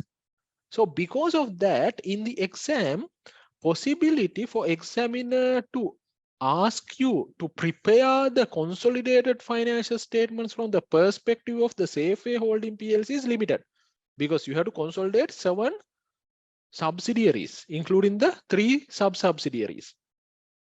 Okay, and also the financial statements of the Safeway Holding PLC is given in the question. Right? So I don't think that because of that, examiner is going to ask to prepare the consolidated financial statements, balance sheet, or the P&L of Safeway Holding PLC. Then, if not, what are the possible areas that can be tested in the unseen? Right. Any questions up to now about the group structure? Are we clear about the group structure? Anything that you want to highlight other than what I have mentioned? So this particular slide is included in the tutorial number 1 as well. I just wanted to include it again because why? So it is this particular slide provides the information about each and every company, what is appeared in this group structure. Okay, what they do and what are the key information, what type of business that they do, and who is heading, or basically either the CEO or who heads the particular business unit, and also the business that they carry out. So the information is provided in this slide. So you can refer this slide when you look at this group structure. Any questions up to now? All clear? Okay, so there's a question. Could they say that the last acquisition had not been consolidated and for us to consolidate? Okay, that is one of the possible question actually, right? So we'll discuss that. So what can be appeared in the unseen? So I'll come to that, right? I'll discuss that particular question once I go through. Right. Okay. Moving on. Now, before moving to the specifics, I just wanted to remind you, I highlighted this point earlier as well. So Stephen, so the founder of the Safeway Group, thought that best strategy to increase the value of the Safeway Group is by what? Acquiring and merging with existing companies. I don't think that examiner will test the mergers here, because what is applicable for you is actually the acquisition accounting, right? So there's a statement of recommended practice for mergers that is not within your syllabus. So it would be an acquisition. You have to apply the acquisition accounting rather than investing in a new line of business as a startup. So there are 2 ways to grow when it comes to a business, when it comes to a group. Organic growth, that is growing internally through your retained earnings, reinvest your retained earnings and grow. The other one is what? Growth through the acquisition. So this particular group and Stephen's vision is grow through the acquisitions. They have done that in the past, except one occasion, that is establishing the mini hydro power plant. Other than that, all other times they wanted to go ahead with this acquisition strategy and grow. So because of that, what I believe is, if examiner wants to connect what is given in the pre-scene to the unseen given in the examination, because last time there was a huge issue or the repercussion in the paper, because why? Unseen was not connected to the pre-scene given in the given to the students. Actually, this point was highlighted by the lecturers at one of the lecturers meeting held at CS Sri Lanka, and CS Sri Lanka accepted that fact. So we believe that that mistake is not going to be happened once again. Otherwise, no point of wasting the time of the students by giving a pre-scene. So there should be some sort of a connectivity of the pre-scene and the unseen. So if we go ahead with the trend, what is given in the pre-scene, what I believe is this time also, similar to the last time, there would be a what acquisition. Okay, there would be an acquisition. We look at that, what sort of an acquisition that can happen. Okay, so there was a question raised. One possible type of an question, exam type question is what it was asked in that particular question. We look at that.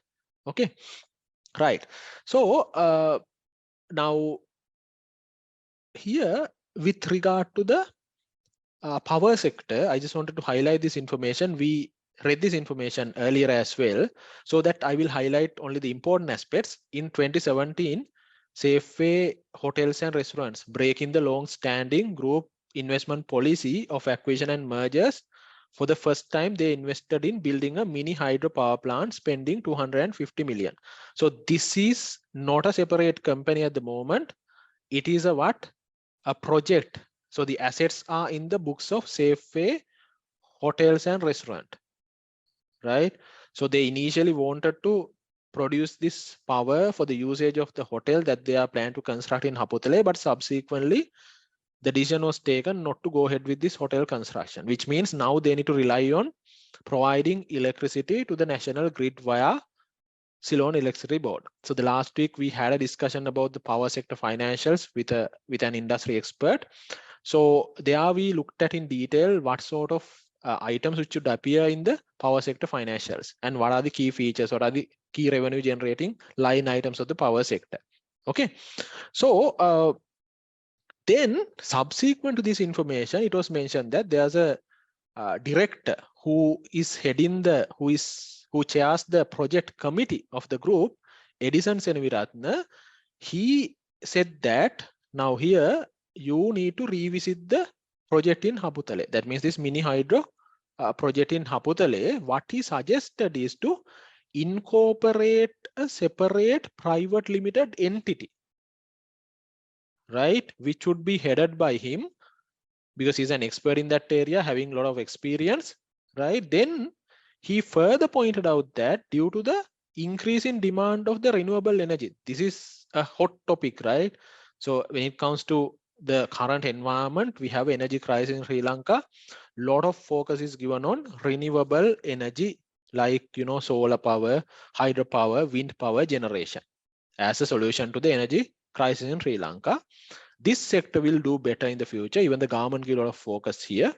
If they acquire an existing loss making here, so what is his suggestion? As a lot of focus is giving on the renewable energy sector, so he is suggesting acquiring a loss making either wind or solar, because at the moment they have hydropower. So in addition to that, in the renewable energy sector, you can acquire either wind or solar power company, right? This would be a possible area where examiner can test in the exam, right? He can ask questions in relation to this acquisition. Okay. So, right. So he can ask questions in relation to this particular acquisition. Right. So obviously the possible exam question would be acquisition of a new company in the power sector, like last time also it was an acquisition, but I don't believe that examiner is going to ask you to prepare the consolidated financial statement, right? So he would ask questions or short questions. If you look at the last time paper, you have many parts in this paper. Okay, number of questions, right? Not a full consolidation question. That is the current examination trend. He would give you a scenario acquiring a power sector company and ask the consolidation adjustments, right? Where sometimes you need to advise rather than the computation, you need to advise, compute and advise about the scenario relating to the acquisition. The other thing is, now this particular statement given, they are going to acquire what? Loss-making company. If it is a loss-making company, you try to pay a low consideration as the purchase consideration, because at the moment company is struggling. So there can be a situation of what? Bargain purchase. This can be one of the question. One part of the question is about this bargain purchase. What is a bargain purchase means? When you calculate the goodwill, you take the, if you look at the goodwill calculation, you take the purchase consideration. If you have any NCI, you take the value of the NCI, either fair value or the proportionate value. You take the total. Out of that, you deduct the fair value of identifiable net asset of the acquired subsidiary. If the answer is negative, we consider that as a bargain purchase. So normally bargain purchase scenarios are very rare practically, right? Negative goodwill figure is very rare. So because of that, standard itself says that check your computations. Check whether you have correctly fair valued the consideration. Check whether you have fair valued the identifiable net asset of the subsidiary correctly. Revisit it. After you review, even you see that there's a negative figure, it is a what? Bargain purchase. So this is actually a profit. It's a gain. That means you pay, let's say it's 100% acquisition. It's 100% acquisition. Now, if you look at an example, let's say a company acquires B, right? 100%. Purchase consideration is about, let's say, rupees 130 million. Fair value of net asset of subsidiary B, let's say 150 million. What does that mean? By paying 130 million, you get net assets worth of 150 million. It's a profit, right? It's a gain. So when you calculate the goodwill, 130 million minus 150 million, negative 20. This negative 20, you can't include as a liability on the balance sheet. If it is a positive figure, you include that as an asset, goodwill, on the consolidated balance sheet. If it is a negative figure, you don't include that as a liability. You immediately credit this 20 million to the consolidated profit and loss. It goes to the P&L. Current year profit is affected. Okay, then automatically it is included within the consolidated retained earnings. Are we clear? So this situation can be tested. So you should be ready to comment, advise, and do necessary computations with regard to bargain purchase. Okay, even if you look at this case study, even previously, the whole purpose of establishing Safeway hotels and restaurant sector was to acquire loss-making hotels. So there even you could have scenarios where the bargain purchase was derived. There was a scenario of bargain purchase, right? We don't know. Okay. Right, so I discussed this. And also, if it is a written question, examiner can test this control model. Because why I bring this control model here is, now at the moment, this company, this group is in a cash crunch. They don't have enough cash, right? They don't have that much of money to invest or to buy a company, even though they want to do it. Now their strategy is to grow through the acquisitions, but to do that, you have to pay cash, but you don't have enough cash. So then you might go to an acquisition where you might not take the 100% control. You acquire less than 100%, maybe 70%, then that's fine. Obviously, normally, if you have more than 50% of the voting rights, you have the control normally. But examiner can give you a scenario because the group doesn't have that much of cash at the moment. You acquire 40% of a company, but the Safeway group is given the control in other means. What do you mean by in other means? Let's say you have 40% and the others are having 60%. Then if you normally have 40%, you can't say that you control the investee. But there are other things that you look at, because whether the control exists or not is something that you need to evaluate by looking at all the factors. Because you have 40%, but sometimes you are given the control through a management agreement, through a shareholders agreement. You can appoint key management personnel of the investee. Through that, you have the control over the investee. Right? So you need to look at this control model. So there are 3 conditions to be satisfied to have the control over investee, whether these 3 conditions are satisfied. Okay, so then it can be a written question. I hope you understood. So in very brief, I'm not going to go into detail. I'm not going to explain you these indicators, right? But explaining about the control model So there are three elements of control. So you have to satisfy these three things to say that you have the control over the investee. Number one, investor. That means you have the power over the investee. That means if you can direct the relevant activities of the investee, if you can direct the relevant activities of the investee, you say that you have the power over the investee. Relevant activities means activities that significantly affects the investee's return, right? Then you should expose to the variable returns of the involvement of the investee. If the investee make profits, you get a higher share. If investee makes losses, you also suffer. But irrespective of the performance of the investee, the new company acquired, if you get a fixed fee, then you can't say that you have the control. You should expose, has the rights to the variable return from the involvement of the investee. Number three is investor. That means you have the ability to affect the returns by using the power over the investee. Maybe this is done, you appoint the majority of the board members, you appoint the key management personnel of the investee. So through that, you use your power to affect the return.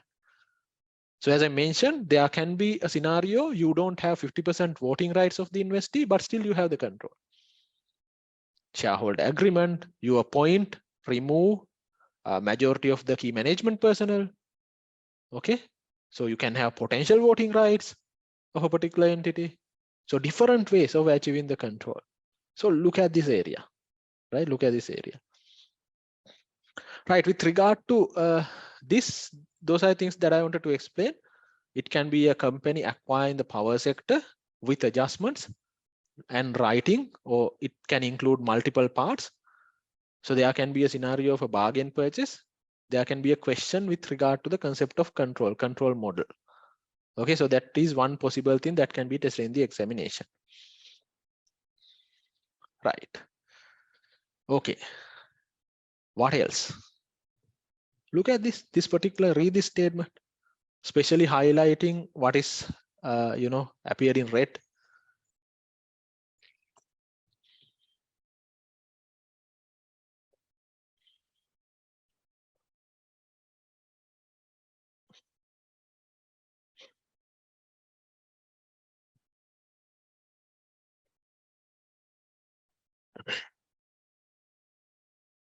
Right, what it says. In mid-2021, Group Chairman Stephen submitted a board paper to acquire a competitor, Express Smart Private Limited, which has 20 outlets outside the Colombo. But initially, finance director opposed to that, saying that the price is too excessive. But later on, he agreed, because why? You can expand the retail outlet operation of Safeway Holding, because at the moment they have only 2 outlets, Nugegoda and Cinnamon Garden. But so this particular company, Express Mart Private Limited, is having 20 outlets outside the Colombo. So there's a strategic reason to go ahead with the acquisition. So he was okay, finance director, right? Anush Amaratunga. So he was okay later on to go ahead with the decision made by the other directors. So here it's highlighted, final price negotiated was 711 million, and the transaction was completed at the last date of the financial year. By completely paying off the agreed price and acquiring the properties and outlets under the ownership of Safeway Holding PLC, right? So parent company. So based on this, possible questions would be, obviously, in the unseen, you would be given more information about this acquisition of Express Mart, right? Now, it says that in this question, purchase consideration is too much, which means it is more than the fair value of the identifiable net assets acquired. So that's why the finance director was saying that it is too much. If it is too much, if you pay a premium, that has to be included as goodwill in the consolidated statement of financial position. Now this transaction has been completed on the last date of the financial year. So because of that, this computation has not been done. What you have just done was you have added the assets and the liabilities of the acquired subsidiary, nothing else. So you haven't done the consolidation adjustments, because it is unaudited financial statements, what it was given for the year ended 31st March 2022. So you have information about the goodwill computation. So you have to calculate the goodwill and include the goodwill as an asset in the consolidated statement of financial position. So obviously, there can be a question in terms of the goodwill computation. So we know that there are two methods to measure the non-controlling interest in the goodwill calculation. Either you need to use the proportionate net asset basis, or else you can use the fair value basis. It's a accounting policy choice available. So if it is the proportionate net asset basis to measure the non-controlling interest, so this is applicable if you have a non-controlling interest, right? If you acquired 100% of this subsidiary, Express Mart, there's no non-controlling interest. You just need to compare purchase consideration, value of the purchase consideration with the value of the acquired subsidiary net asset and compute the goodwill. If you have any NCI, either you can follow the proportionate net asset basis to measure the NCI or the fair value basis to measure the NCI based on the information what is given in the question. Okay, so one possible area is about the goodwill computation. Okay, goodwill computation. Right. Then, do you remember this one? Measurement period adjustment. What does that mean? Measurement period adjustment. So acquisition is not an easy thing. Accounting for an acquisition is not an easy thing. On one side, you have to fair value the purchase consideration. On the other hand, you need to fair value the identifiable net assets and the liabilities of the acquired subsidiary. If you have a non-controlling interest, if you select to measure the non-controlling interest by using the fair value model, you have to fair value the non-controlling interest. So because of that, now this particular transaction has been completed, the consideration is paid on the last day of the financial year. When preparing the financial information or the financial statements, you might not have all the necessary information to do the computations accurately. So you have included an estimated number or the numbers and prepare the financial statements. So the measurement period adjustment mean you are given a period. Within this period, you will get to know about the information, what it was existed at the date of acquisition. And within this period, if you get to know about this information, you can adjust your financial statements. You can adjust your goodwill computation retrospectively, go back and make the adjustment with the correct information. So here there's a possibility of testing this because it was acquired on the last date.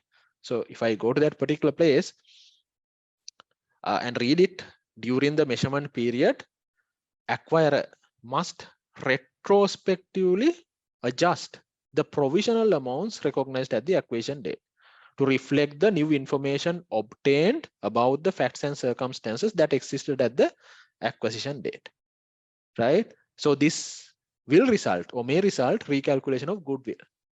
Okay, so your initial goodwill figure is inaccurate, so you have to recalculate it. So then in not only the goodwill, because at the date of acquisition, parent company acquirer include the fair value of the identifiable net assets in the consolidated balance sheet. With regard to the subsidiary, fair value of the assets and the value of the liabilities of the acquired subsidiary is included into the consolidated balance sheet. And you calculate the goodwill. These numbers can be changed. But if you get to know about this new information, within the measurement period, you can retrospectively adjust. There can be a written question about the measurement period adjustment. But the maximum time that is allowed for the measurement period is 12 months from the acquisition date. Now, if the acquisition is completed on 31st March 2022, the last day, the measurement period is over by 31st March 2023. From the acquisition date, 12 months time. Are we clear with that? Are we clear with that? Right. Then if I go back,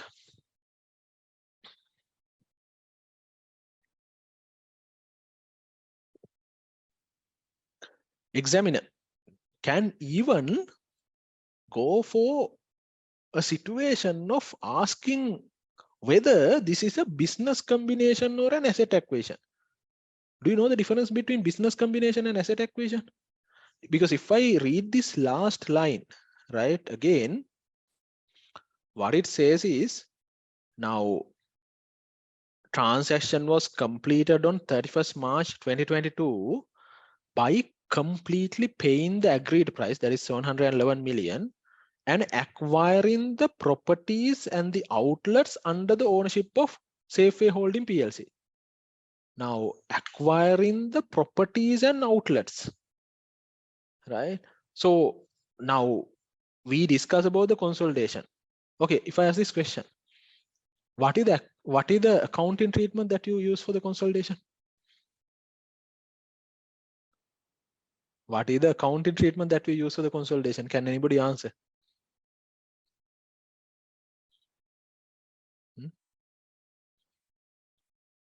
So now if you have associate, what is the method? Equity method. Am I correct? If you have associate, equity method.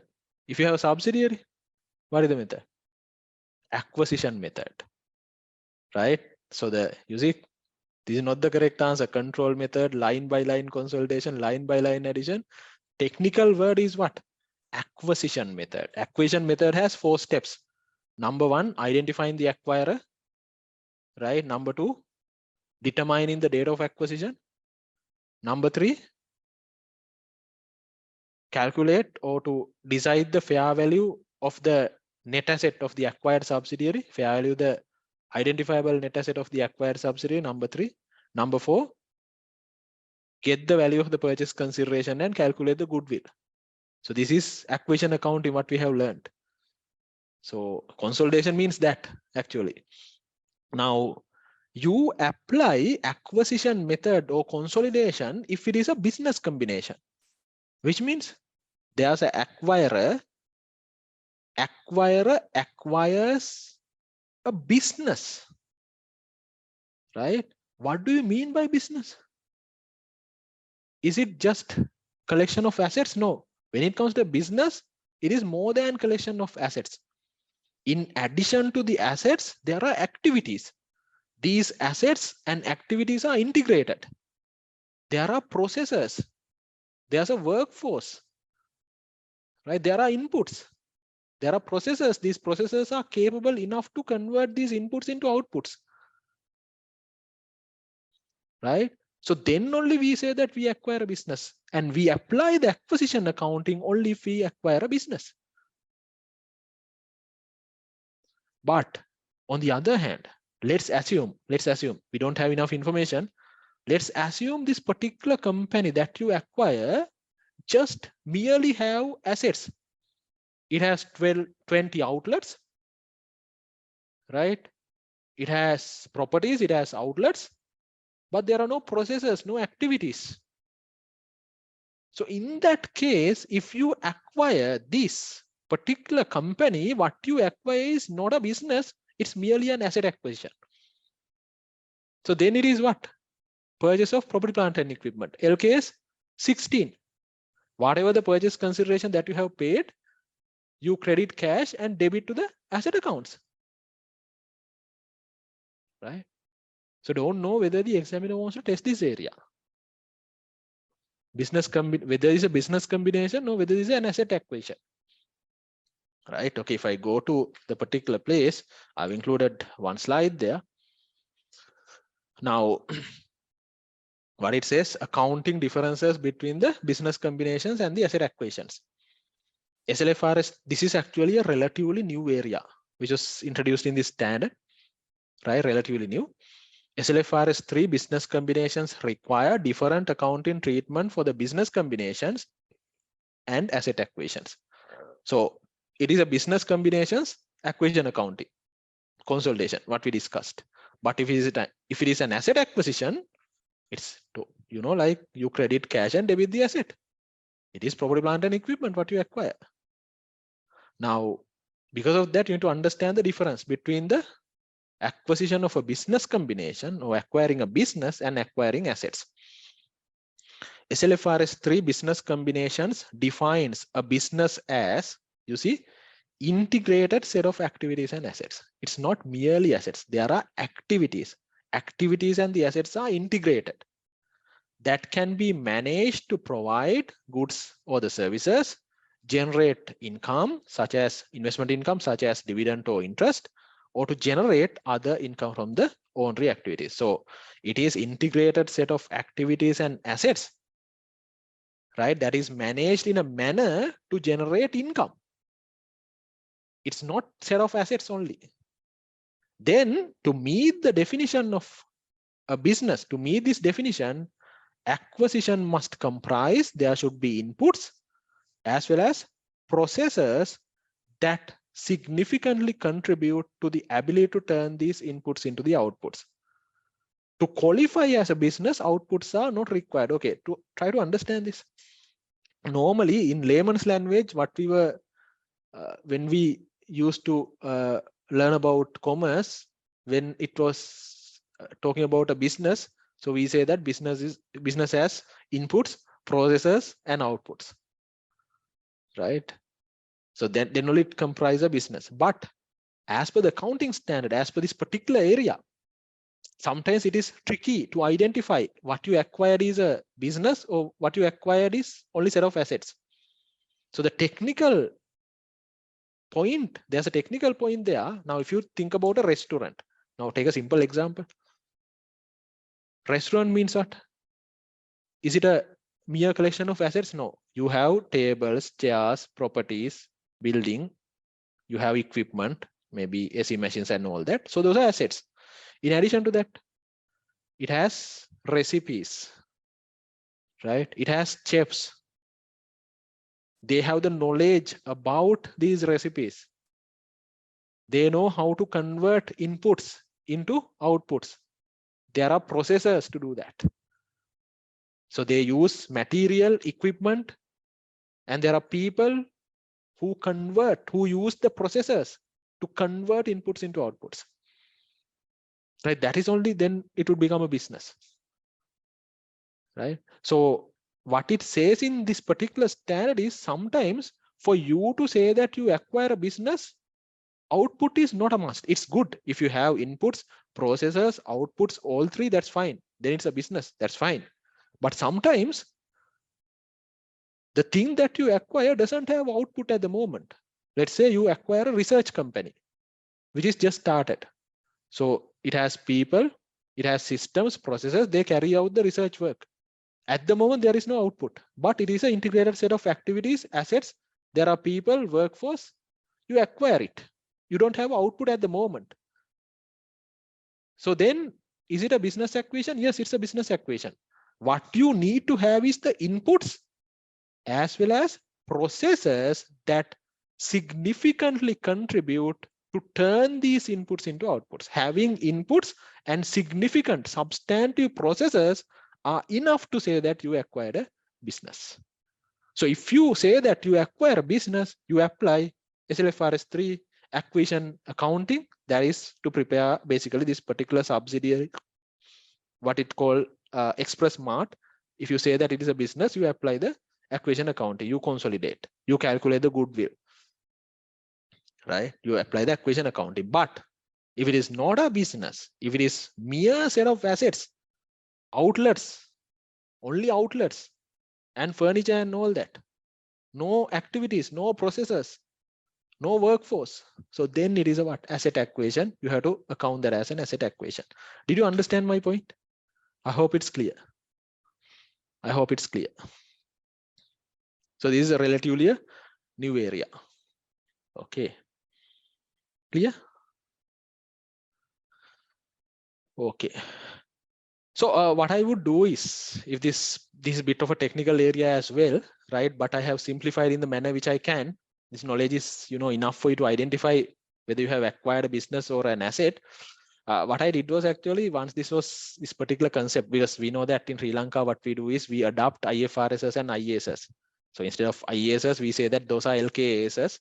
Instead of IFRSs, we say that SLFRSs. So when this particular topic was first introduced, sometimes back, I would say a couple of years back, what I did was I have done a recorded video for some of the ACCS students with regard to this difference between the business combinations and the asset acquisitions.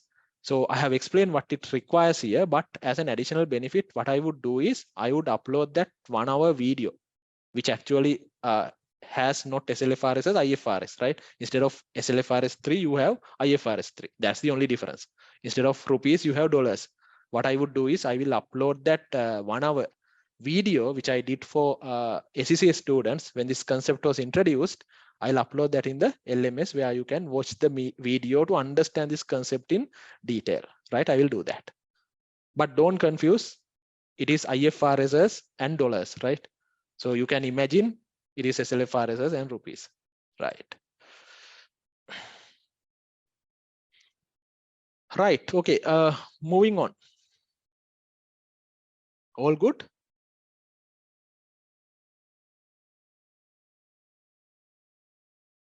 Okay, there's a question, if they wrongly consolidate and if we want to add to PP&E, what we should do? If they wrongly consolidate, now let's say this particular subsidiary is a asset acquisition. It's not a business combination, but this particular, in the consolidated financial statement, it has been consolidated. Then remove all the consolidation adjustments. So you can't do the line by line addition, you can't do the goodwill computations, you can't calculate the NCI. So remove all these things, just record that particular amount paid as an asset acquisition. And it was paid through the parent company, right? It was mentioned over here, paying off the agreed price and acquiring the properties and outlets under the ownership of Safeway Holding PLC. So this is an indication, right? So they acquired this particular properties and the outlets under the Safeway Holding PLC. Merely it is a what? Asset purchase. You know how to account for an asset purchase, right? Credit cash and debit PP&E, that's it. So whatever the value that you pay, you credit cash and debit PP&E. Right, okay. Moving on. So I believe based on the information, what is given in the pre-scene, what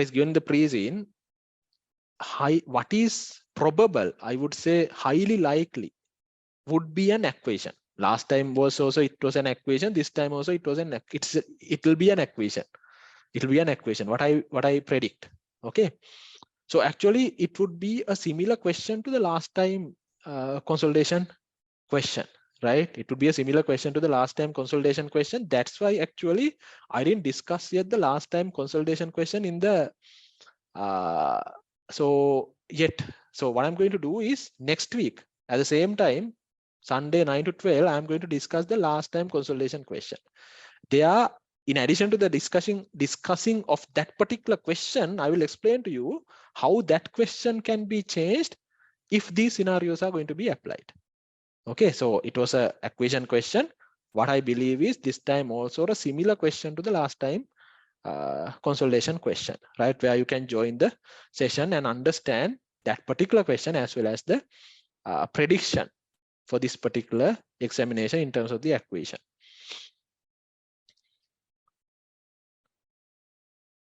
Okay, there's a question. So now we are spending last days. If any subject engages the full course model in those. Okay, so examination tips and tricks, right? I'll discuss that at last. Okay, moving on. Then by saying that there are information what is given in the pre-scene analysis to say that this particular group might not probable, I would say. This I can say possible. Okay, less than 50%. What is probable is the acquisition, right? But this particular area, a disposal, can be tested based on the certain information given in the pre-scene here and there. One such thing is they were mentioning that group is having severe cash flow issues in future, because Anush, he's the finance director, further pointed out that the group is heading towards severe cash flow issues in future and need to take immediate policy decisions with regard to the working capital management of the group. We looked at debtors are increasing. Number of days in terms of the debtors are getting increased. Inventory is increasing. Number of inventory days are getting increased. And group has invested in the fixed assets. And the borrowing levels are going up. So they have working capital issues. They have cash crunch. So probably they might change their policy direction by allowing one of its subsidiaries to dispose and collect cash. And it can be a partial disposal as well. You have 100%, you don't dispose the entire thing, you can dispose 40% and you can keep the control. Or else you have 100%, you dispose 70%.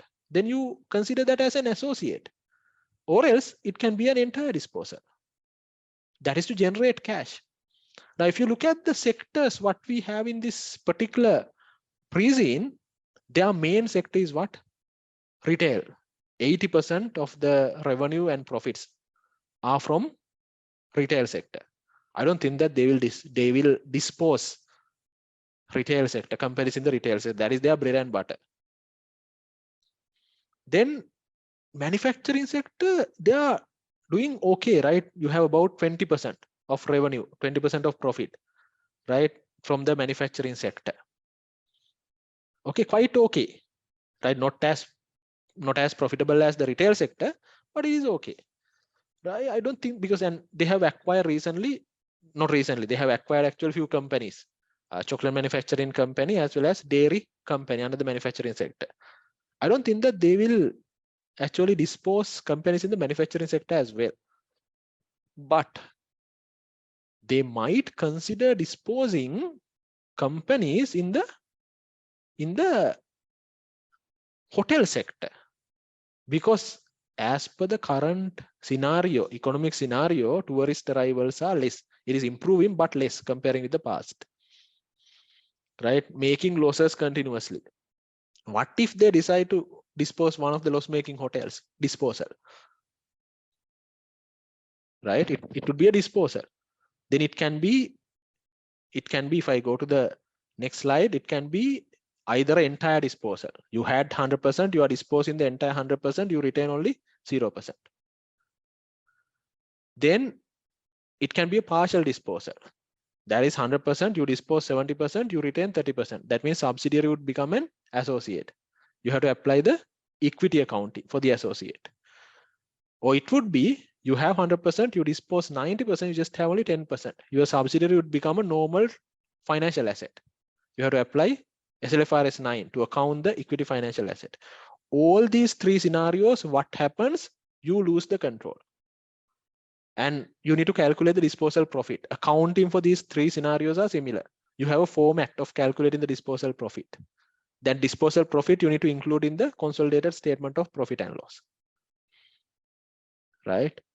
Or else, if you want to retain the control and collect some amount of cash, because you have a cash crunch, you can dispose part of the holding, but you retain the control. Let's say you have 100%, you dispose 20%. You get a non-controlling interest, minority shareholder in. Right? So then it was a subsidiary. After 20% disposal, even it is a subsidiary. This is called as control to control scenario. Control is retained. Here you follow a different accounting treatment for the comparing with the first three scenarios. You should have an understanding about how to accounting for these disposal scenarios. Why I say that this may happen, this may be given in the exam, because you have a cash flow issue. You need to face cash flow issues in the future. You have an issue in terms of the working capital management. And also, as per the question, company, right? This particular company and the group faced the worst performance in the last financial year, right? From the inception. This is because that led to a cash crunch. You invested too much in the working capital. You invested in properties. You invested in the long-term assets. So there's a cash crunch. So you need to take the support of the banks. At the moment, even your borrowings are high. Compared with the last year, borrowings have gone up. Okay. So if you further borrow, that would affect the gearing position of the company. You know, under the current conditions, interest rates are very high. Difficult to do business. Right? Because interest rates are at 30%. Then you have to pay higher tax once you make tax profits.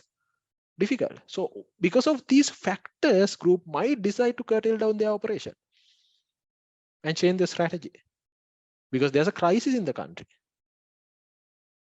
Right? So all these things would lead company to decide to dispose one of its subsidiary. If it is a disposal, most probably it would, I think, based on the information given in the pre-scene, right? If examiner wants to follow in the unseen what is given in the pre-scene, it would be a disposal in the hotel sector.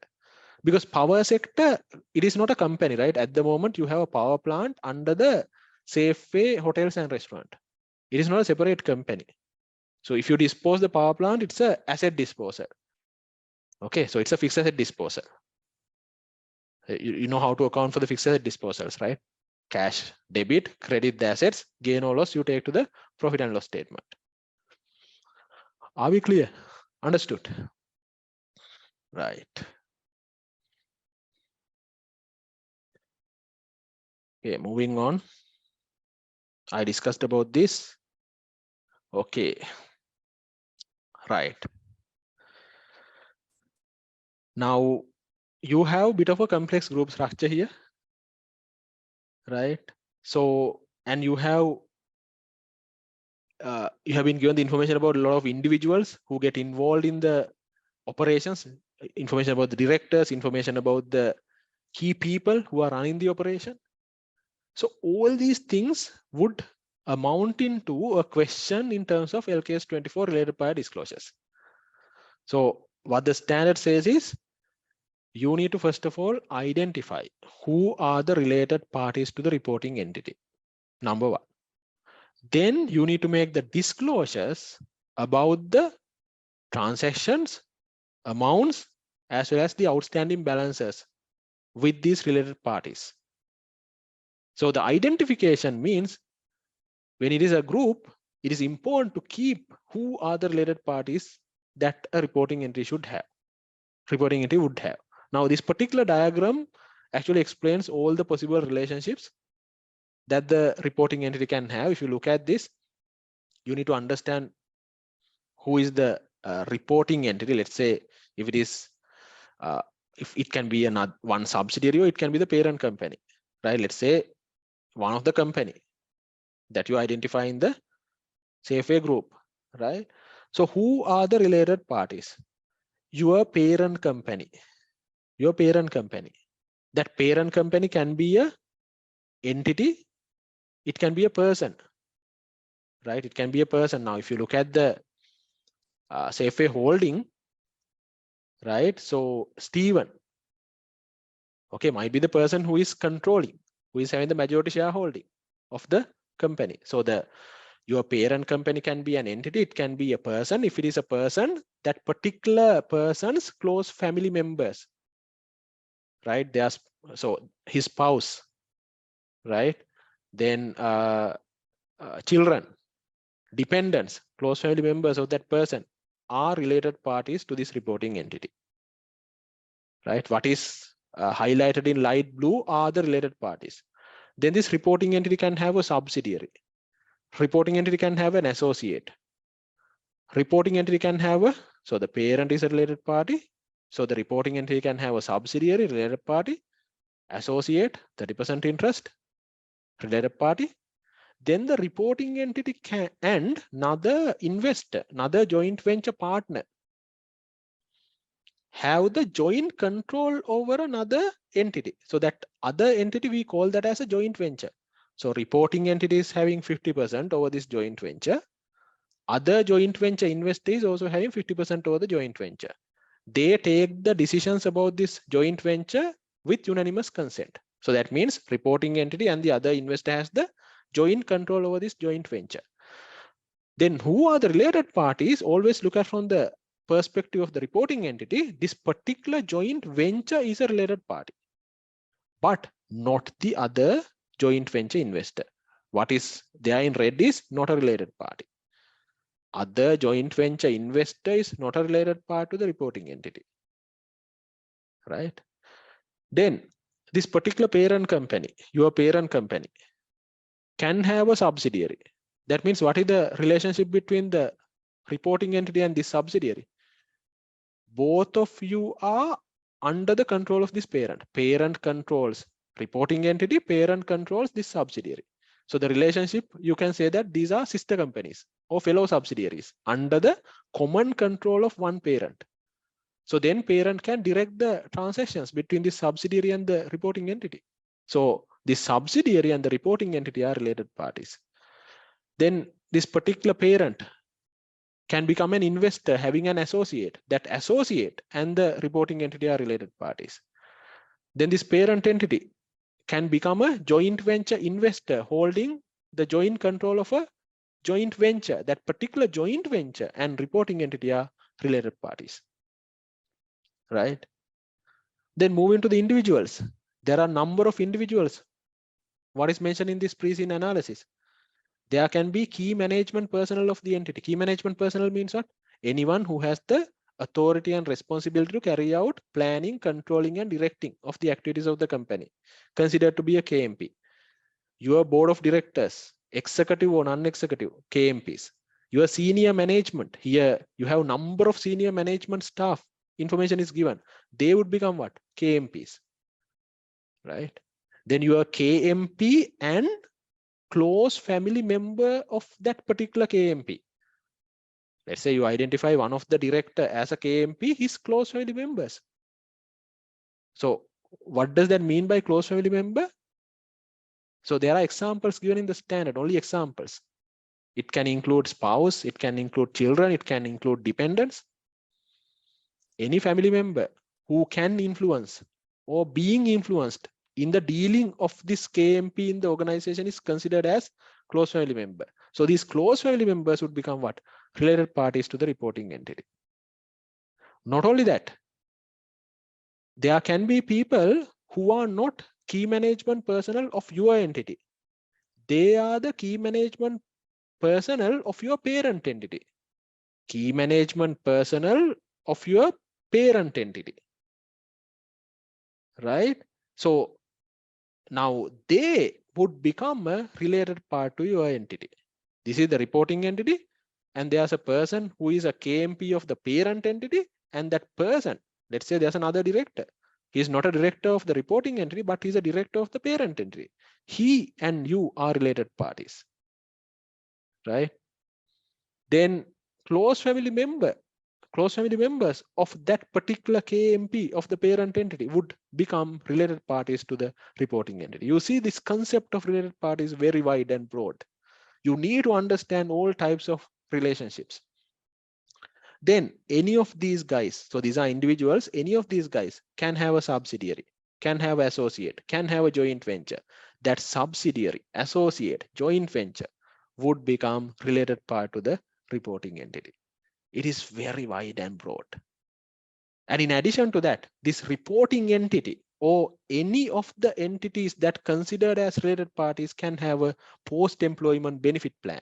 That particular post-employment benefit plan and the reporting entity are also related parties, right? Either reporting entities post-employment benefit plan or any of the entity which identified as related parties can have a post-employment benefit plan. That particular post-employment benefit plan and the reporting entity are related parties.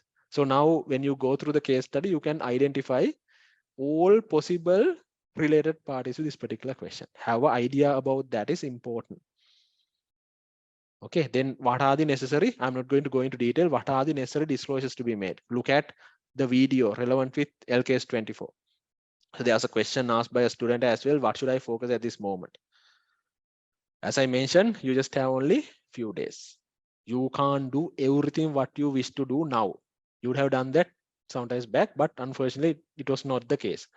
Because of that, as I mentioned earlier, right? So focus on the videos, what is available in the revision module. You have 50 hours. So the revision is 70 hours video, right?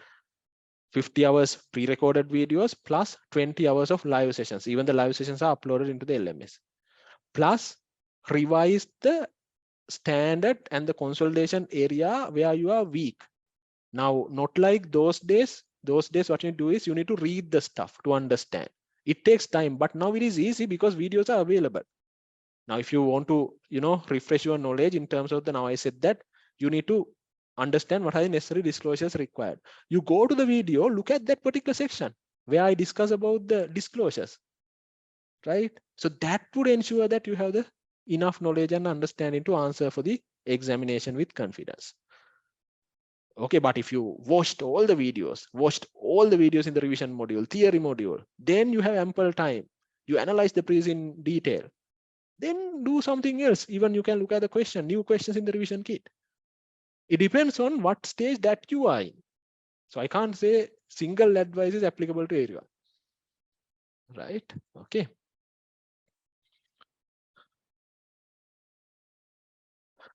Right. Okay. So we have few more areas to cover, right? Few more areas to cover. So what we can do is, so give me, another 30 minutes, maximum 30 minutes.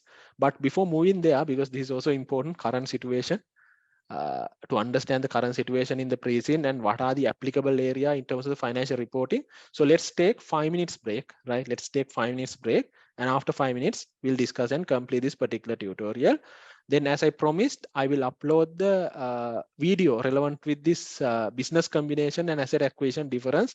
So that is actually by using IFRS 3, I have done that video. I'll upload that into the LMS, so where you can watch the video depending on the requirement. Okay, but I suggest you to go through, watch that video, right? If it is tested in the exam, definitely then you can answer to the question. But I have given a summary what is important, but it discuss in detail the difference between the asset acquisition and the business combinations through 1 hour video.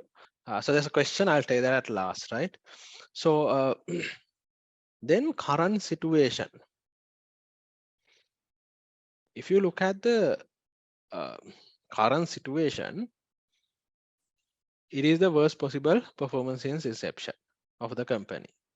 Then the poor financial performance of the group for the year ended 31st March 2022, revenue is dropped by 1.44%, but the gross profit has reduced by 18%. Profit after tax has been reduced by 54%. Even though the revenue drop is small, but the cost, if you look at the cost of sales, it has gone up. If you look at the overheads, slightly gone up, right? So all these cost item has gone up. Even the finance cost has gone up. So all these things cause to have a significant drop in the profit after tax, right? Poor financial performance. Then we discussed that there's a cash crunch because of the working capital investment and the fixed capital investment that the company has done. Then in the country, there's a crisis. So in this type of a situation, even though it is not directly, sometimes given in the pre-scene analysis, examiner can connect certain areas in the unseen. Now, obviously, you have high amount of inventory number of days are higher. So there can be a question straightforward inventory measurement. So whether the net realizable value is less than the cost, because inventory has to be measured at lower of cost or NRV. So if the NRV is less, you need to write off. That is a simple one, straightforward, because the business that they are in, especially this retail business, you have a lot of inventory items. Now people sometimes don't go for the supermarkets now. They cut down their expenditure. So because their disposable income is less, right? One is that their purchasing power is less. One is because of the inflation. Other thing is, with the new tax laws, that's going to be affected, right? It was happened in the recent months. So the less disposable income that is available with the people. So the demand for the product is less. And sometimes they look at the alternative routes to buy the products rather than go to a supermarket. Why don't you go for a less expensive place? Maybe a fair, maybe a, close by a retail shop. Inventory is getting accumulated, right? So you can have a situation of where the net realizable value is less than the cost. You need to do an inventory write-off. That is straightforward. Then in terms of the financial instrument standard, obviously now the debtors are getting increased comparing the last year. Even though there's a decline in the sales, trade receivable has gone up. That increased the number of days of collection. Customers are finding it difficult to pay. There can be a what? Loss allowance. You need to apply the expected credit loss model. Now, about the expected credit loss model, right? So these are the 3 stages. If it is a full question. So there are certain financial assets which are held by this particular company, right? So if you have any financial asset, let's say certain financial assets are investments, okay, investments made in the debt instruments. Now, if you look at the balance sheet of the question, do we have any? Now you have other financial assets. We don't know exactly what this is. And even here you have some other financial assets. But what I'm telling is, because this financial instrument standard, this impairment loss model is something where examiner is willing to test. So continuously tested. A couple of times it has been tested. So if a question is tested, you need to know how to apply this expected credit loss model. You have 3 stages: performing loans, then loans where the credit risk has increased significantly, and the credit impaired financial assets, right? So this is mainly applicable for the debt financial assets. So this credit expected credit loss model. So the performing means no issues, payments are coming on time. So the loss allowance to be calculated only by looking at the 12 months expected credit losses. What are the possible loss events that would occur during the 12 months period from the reporting date? Calculate the loss allowance, and you calculate your finance income based on the gross carrying value. What is the gross carrying value? Because first of all, you have the gross carrying value. Let's say there's an asset where the gross carrying value is 1,000. Then you have the loss allowance. Let's say loss allowance is 30. Then what is the net carrying value?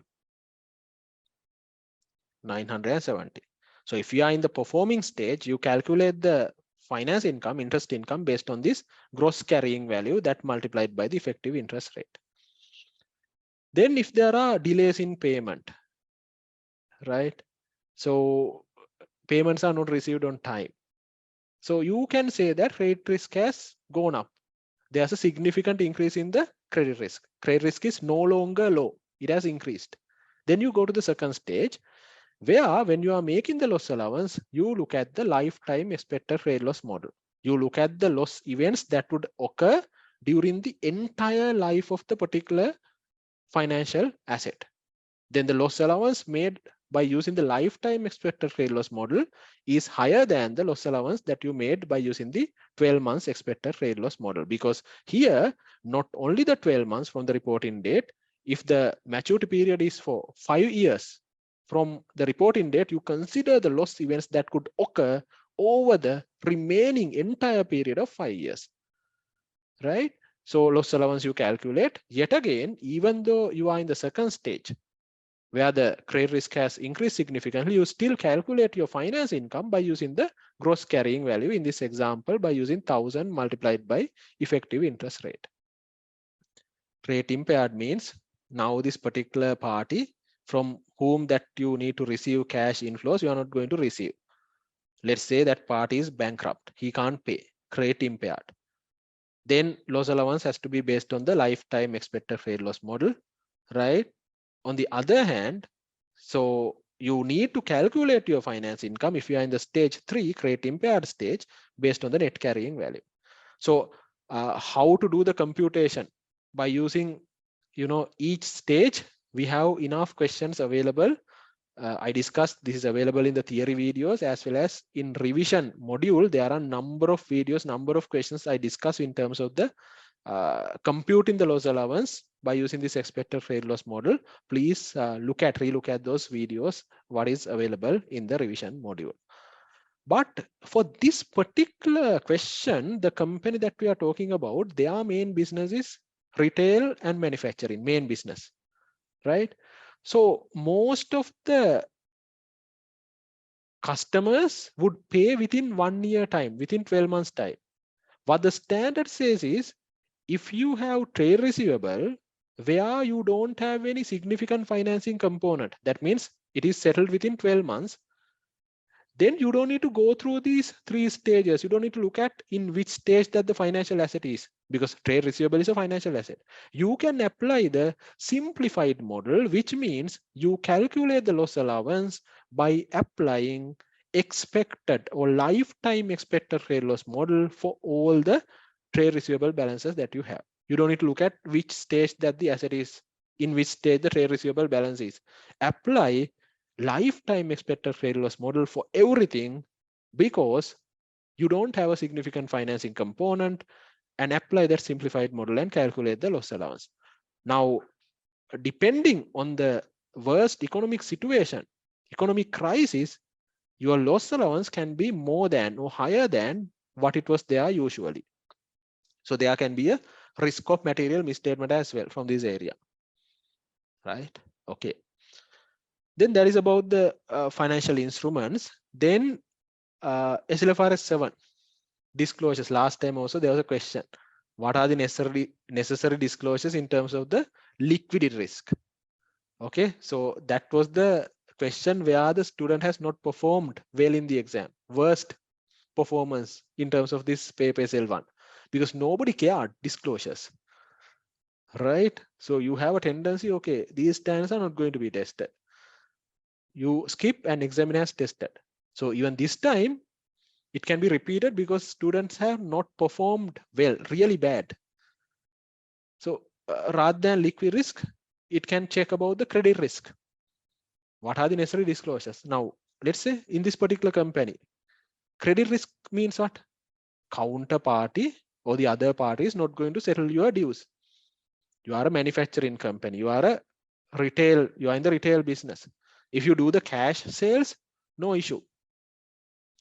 Okay, most of the times retail, now the supermarkets and all that, they do the cash sales in the main business. But if you have credit sales, obviously there's a credit risk. So non-payment or slow payment or delay payments. What are the necessary disclosures? With regard to risk, you have to explain, you have to give qualitative and quantitative information about the risk. What you present to your key management personnel, you have to present in the financial statements in terms of these disclosures. And how are you going to manage this risk? With regard to credit risk, what you can disclose? Number one, you can give a debtor's age analysis. How many debtors are within the credit period? How many debtors are overdue? 1 to 30, 30 to 60, 60 to 90, over 90. Age analysis of your debtors. Right, then concentration.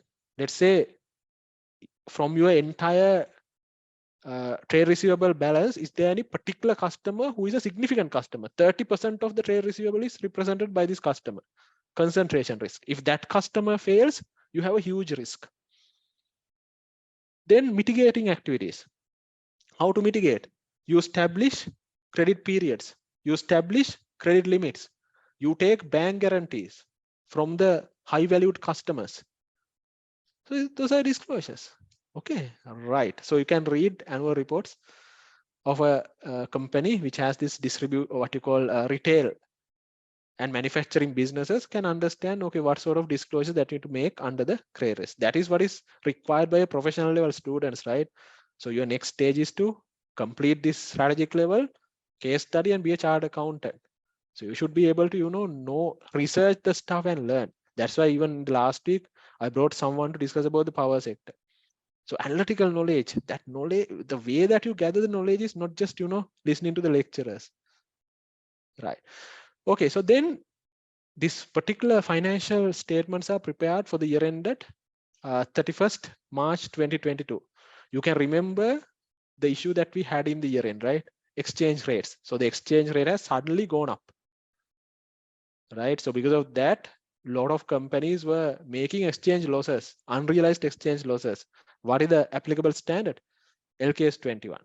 So LKS 21 says the subsequent measurement of the foreign currency assets or the foreign currency liabilities. Let's say if you have some foreign currency receivable balances, foreign currency payable balances, right? Then you might have foreign currency assets in other countries, right? But in this particular question, I think it would be because even though it was mentioned that the group is depending on the local value chain, they have given the information about a chocolate manufacturing company. Then the main ingredients like cocoa, fat, you need to import. Now, let's say at the year end, if you have done some importation and if you have unsettled balances in your payable balance, what do you do? You have to look at whether it is monetary asset or a monetary liability. non-monetary asset or a non-monetary liability. If it is a monetary item, where monetary items means what? You know the fixed amount of number of units of currency that you need to pay in terms of the liability. In terms of an asset, you know exactly the number of units of currency that you are going to receive. Now, things like trade receivable is a monetary asset. Cash is a monetary asset. You know exactly how many number of units of currency that I have, that I'm going to receive. But things like property, plant, and equipment, right? Intangible assets, inventory are non-monetary items, non-monetary assets. Most of the liabilities are actually monetary. Loan payable, trade payable, you know exactly the number of units of currency that you have to pay to settle the obligation. It is monetary there. Now, with regard to this particular example, now think about this. At the year end, let's say you have imported certain materials. Your year end is, let's say, 31st March. Look at this one. Now, this is important. This is practical issue that a lot of companies has faced at the year end. 22. This is your year end. Let's say just close to the year end, you imported certain materials. Right? Then what will happen? These materials are included in inventory. Let's say raw materials that is in the inventory. Right? There's a balance. Okay. On the other hand, this is also included in the trade payable. Okay, inventory and the trade payable. What happens is this has to be settled in, let's say, dollars, $100,000. Your trade payable is a monetary item. You have to value that monetary item by using the rate, exchange rate at the reporting date. 31st March 2020 rate, 2022 rate, reporting date, exchange rate, you need to remeasure. That means it would result exchange loss, because in our case, somewhere in February or early part of May, early part of March, if I'm not mistaken, early part of March, exchange rate was less. $1 was equal to somewhere around 200, 210 rupees. But at the year end, it has gone up to 300 suddenly. Now, what happens if you have dollar denominated trade payable, monetary liability, you need to convert by using the closing rate. So there's a huge exchange loss. Then the question that a lot of non-financial people were asking from you is, if you are the CFO, okay, that's fine. My inventory value also goes up, no? Because this is inventory. I brought the inventory. They are in my warehouse. I have not used most of the stuff. Value of the inventory also goes up. So no issue, no. But the issue is what? Inventory is a non-monetary item. Can we fair value the inventory? Can we use the closing rate? Not the fair value. Can we use the closing rate to value inventory? No. If it is a non-monetary item, you have to use the historical cost. You have to keep the inventory, you have to measure the inventory by using the exchange rate prevailed at the time of recognizing the inventory. I would say GRN date, good receive note. So on that date, what it was the exchange rate, you have to keep the inventory, you can't convert. So this is the problem. Payable value has gone up in rupees, huge exchange loss, inventory value has not been changed. Right? Then if you have any non-monetary items measured at revalued amount, let's say you have some property in a foreign country. Okay, you follow the revaluation model, not the cost model. If it is cost model for a non-monetary item, you use the historical rate. But if it is a non-monetary item, you measure at valuation.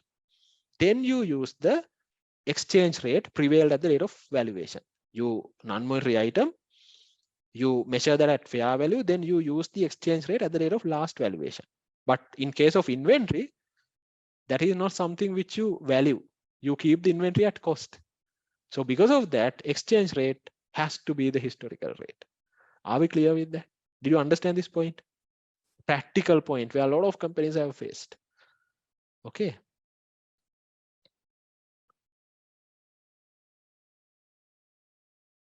Then all these matters. Now I explain this.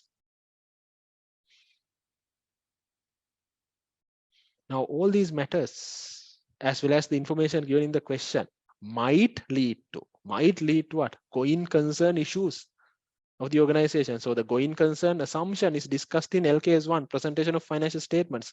What it says at the when preparing the financial statements, management has to prepare their financial statements by using going concern basis, unless otherwise they have a intention to liquidate the business or cease trading, or else they don't have any other alternative but to do so. So in simple language, when you're preparing the financial statement, you estimate, you assume entity will continue for a foreseeable future. That's why you classify your assets into current and non-current, short-term assets, long-term assets, liabilities into current and non-current. If you believe that it's going to be closed down in the near future, you don't have non-current liabilities. You don't have non-current assets, right? So what management has to do is management has to consider all available information about at least the next 12 months. If you can't look at the foreseeable future, at least look at next 12 months, whether the entity can operate as a going concern entity. You have to look at that. If you have any material uncertainties, like what is discussed in this question, there are of material uncertainties, doubts, what entity needs to do is those uncertainties has to be what? Disclosed. Where material uncertainties results in significant doubt of the entity's ability to continue as a going concern entity, those uncertainties to be disclosed. You can still prepare the financial statements based on the going concern assumption. You believe that it would be there for a foreseeable future, but still if you have uncertainties, you need to disclose about that. Okay. In case if you believe that going concern is not there, then you can't prepare the financial statements by using the going concern basis. You have to use a different basis, maybe the breakup basis. You don't have non-current assets, all the assets are current. You don't have non-current liabilities, all liabilities are current. You have to measure the assets, all the assets at realizable value. Okay, if it is not going to be continued because you are going to close down.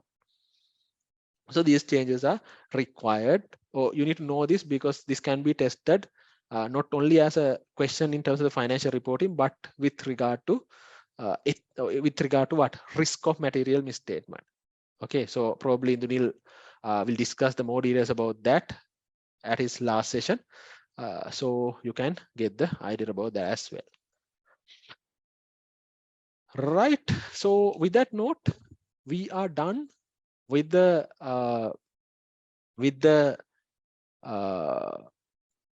I would say a detailed and in-depth pre-scene analysis. And there were a couple of questions. If it is an acquisition, it can be a step acquisition or it can be a mid-year acquisition. Step acquisition means you acquire the control in stages. You acquire initially 20%, then you acquire another 40%. You apply the acquisition accounting once you achieve the control only.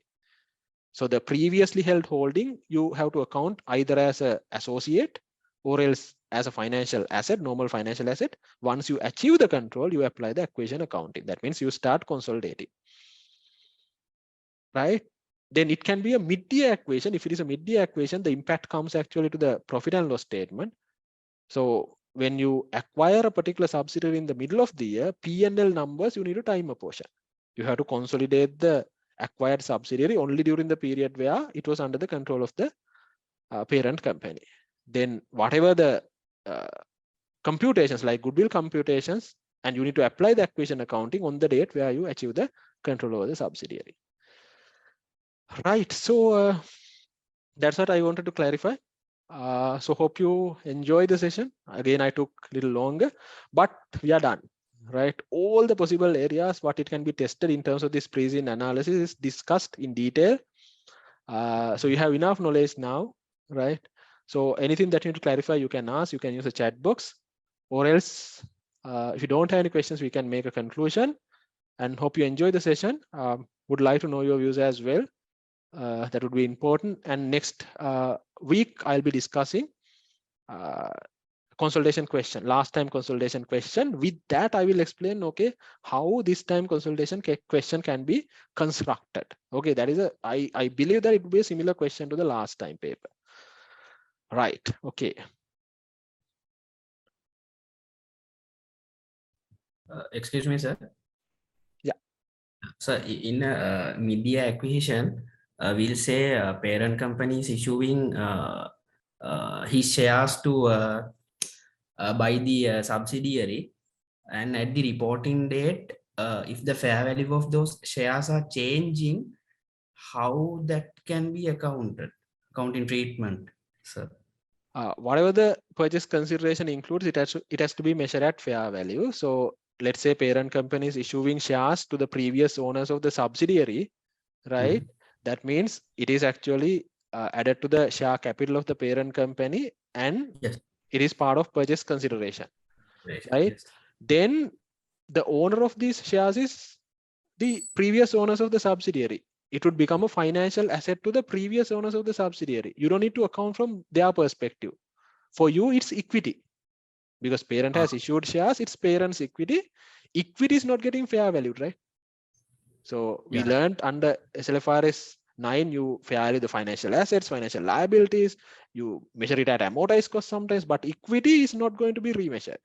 So you include that in the share capital, that's it. But the party who was given the shares, if he is preparing the financial statements, that is an equity financial asset for him. He has to apply SLFRS 9 and measure that investment either fairly through profit and loss or fairly through other comprehensive income, but that is not applicable for you. Okay, thanks a lot, sir. Thank you. Right. Any other matters? No? Okay, so then I would like to see you as future chartered accountants and probably meet maybe at the annual conference of the chartered accountants. Please ensure that you do your best and complete the examination. Don't postpone the things, complete the examinations and become and be a prestigious chartered accountant in the future. I wish you all the best. And anyway, I'll see you in the next week as well. Even the next week, anybody can join for the session, no issues, right? So anybody can join. So Infinity team will share the link with you. And finally, hope you enjoyed once again. So I'll see you. Take care. Goodbye.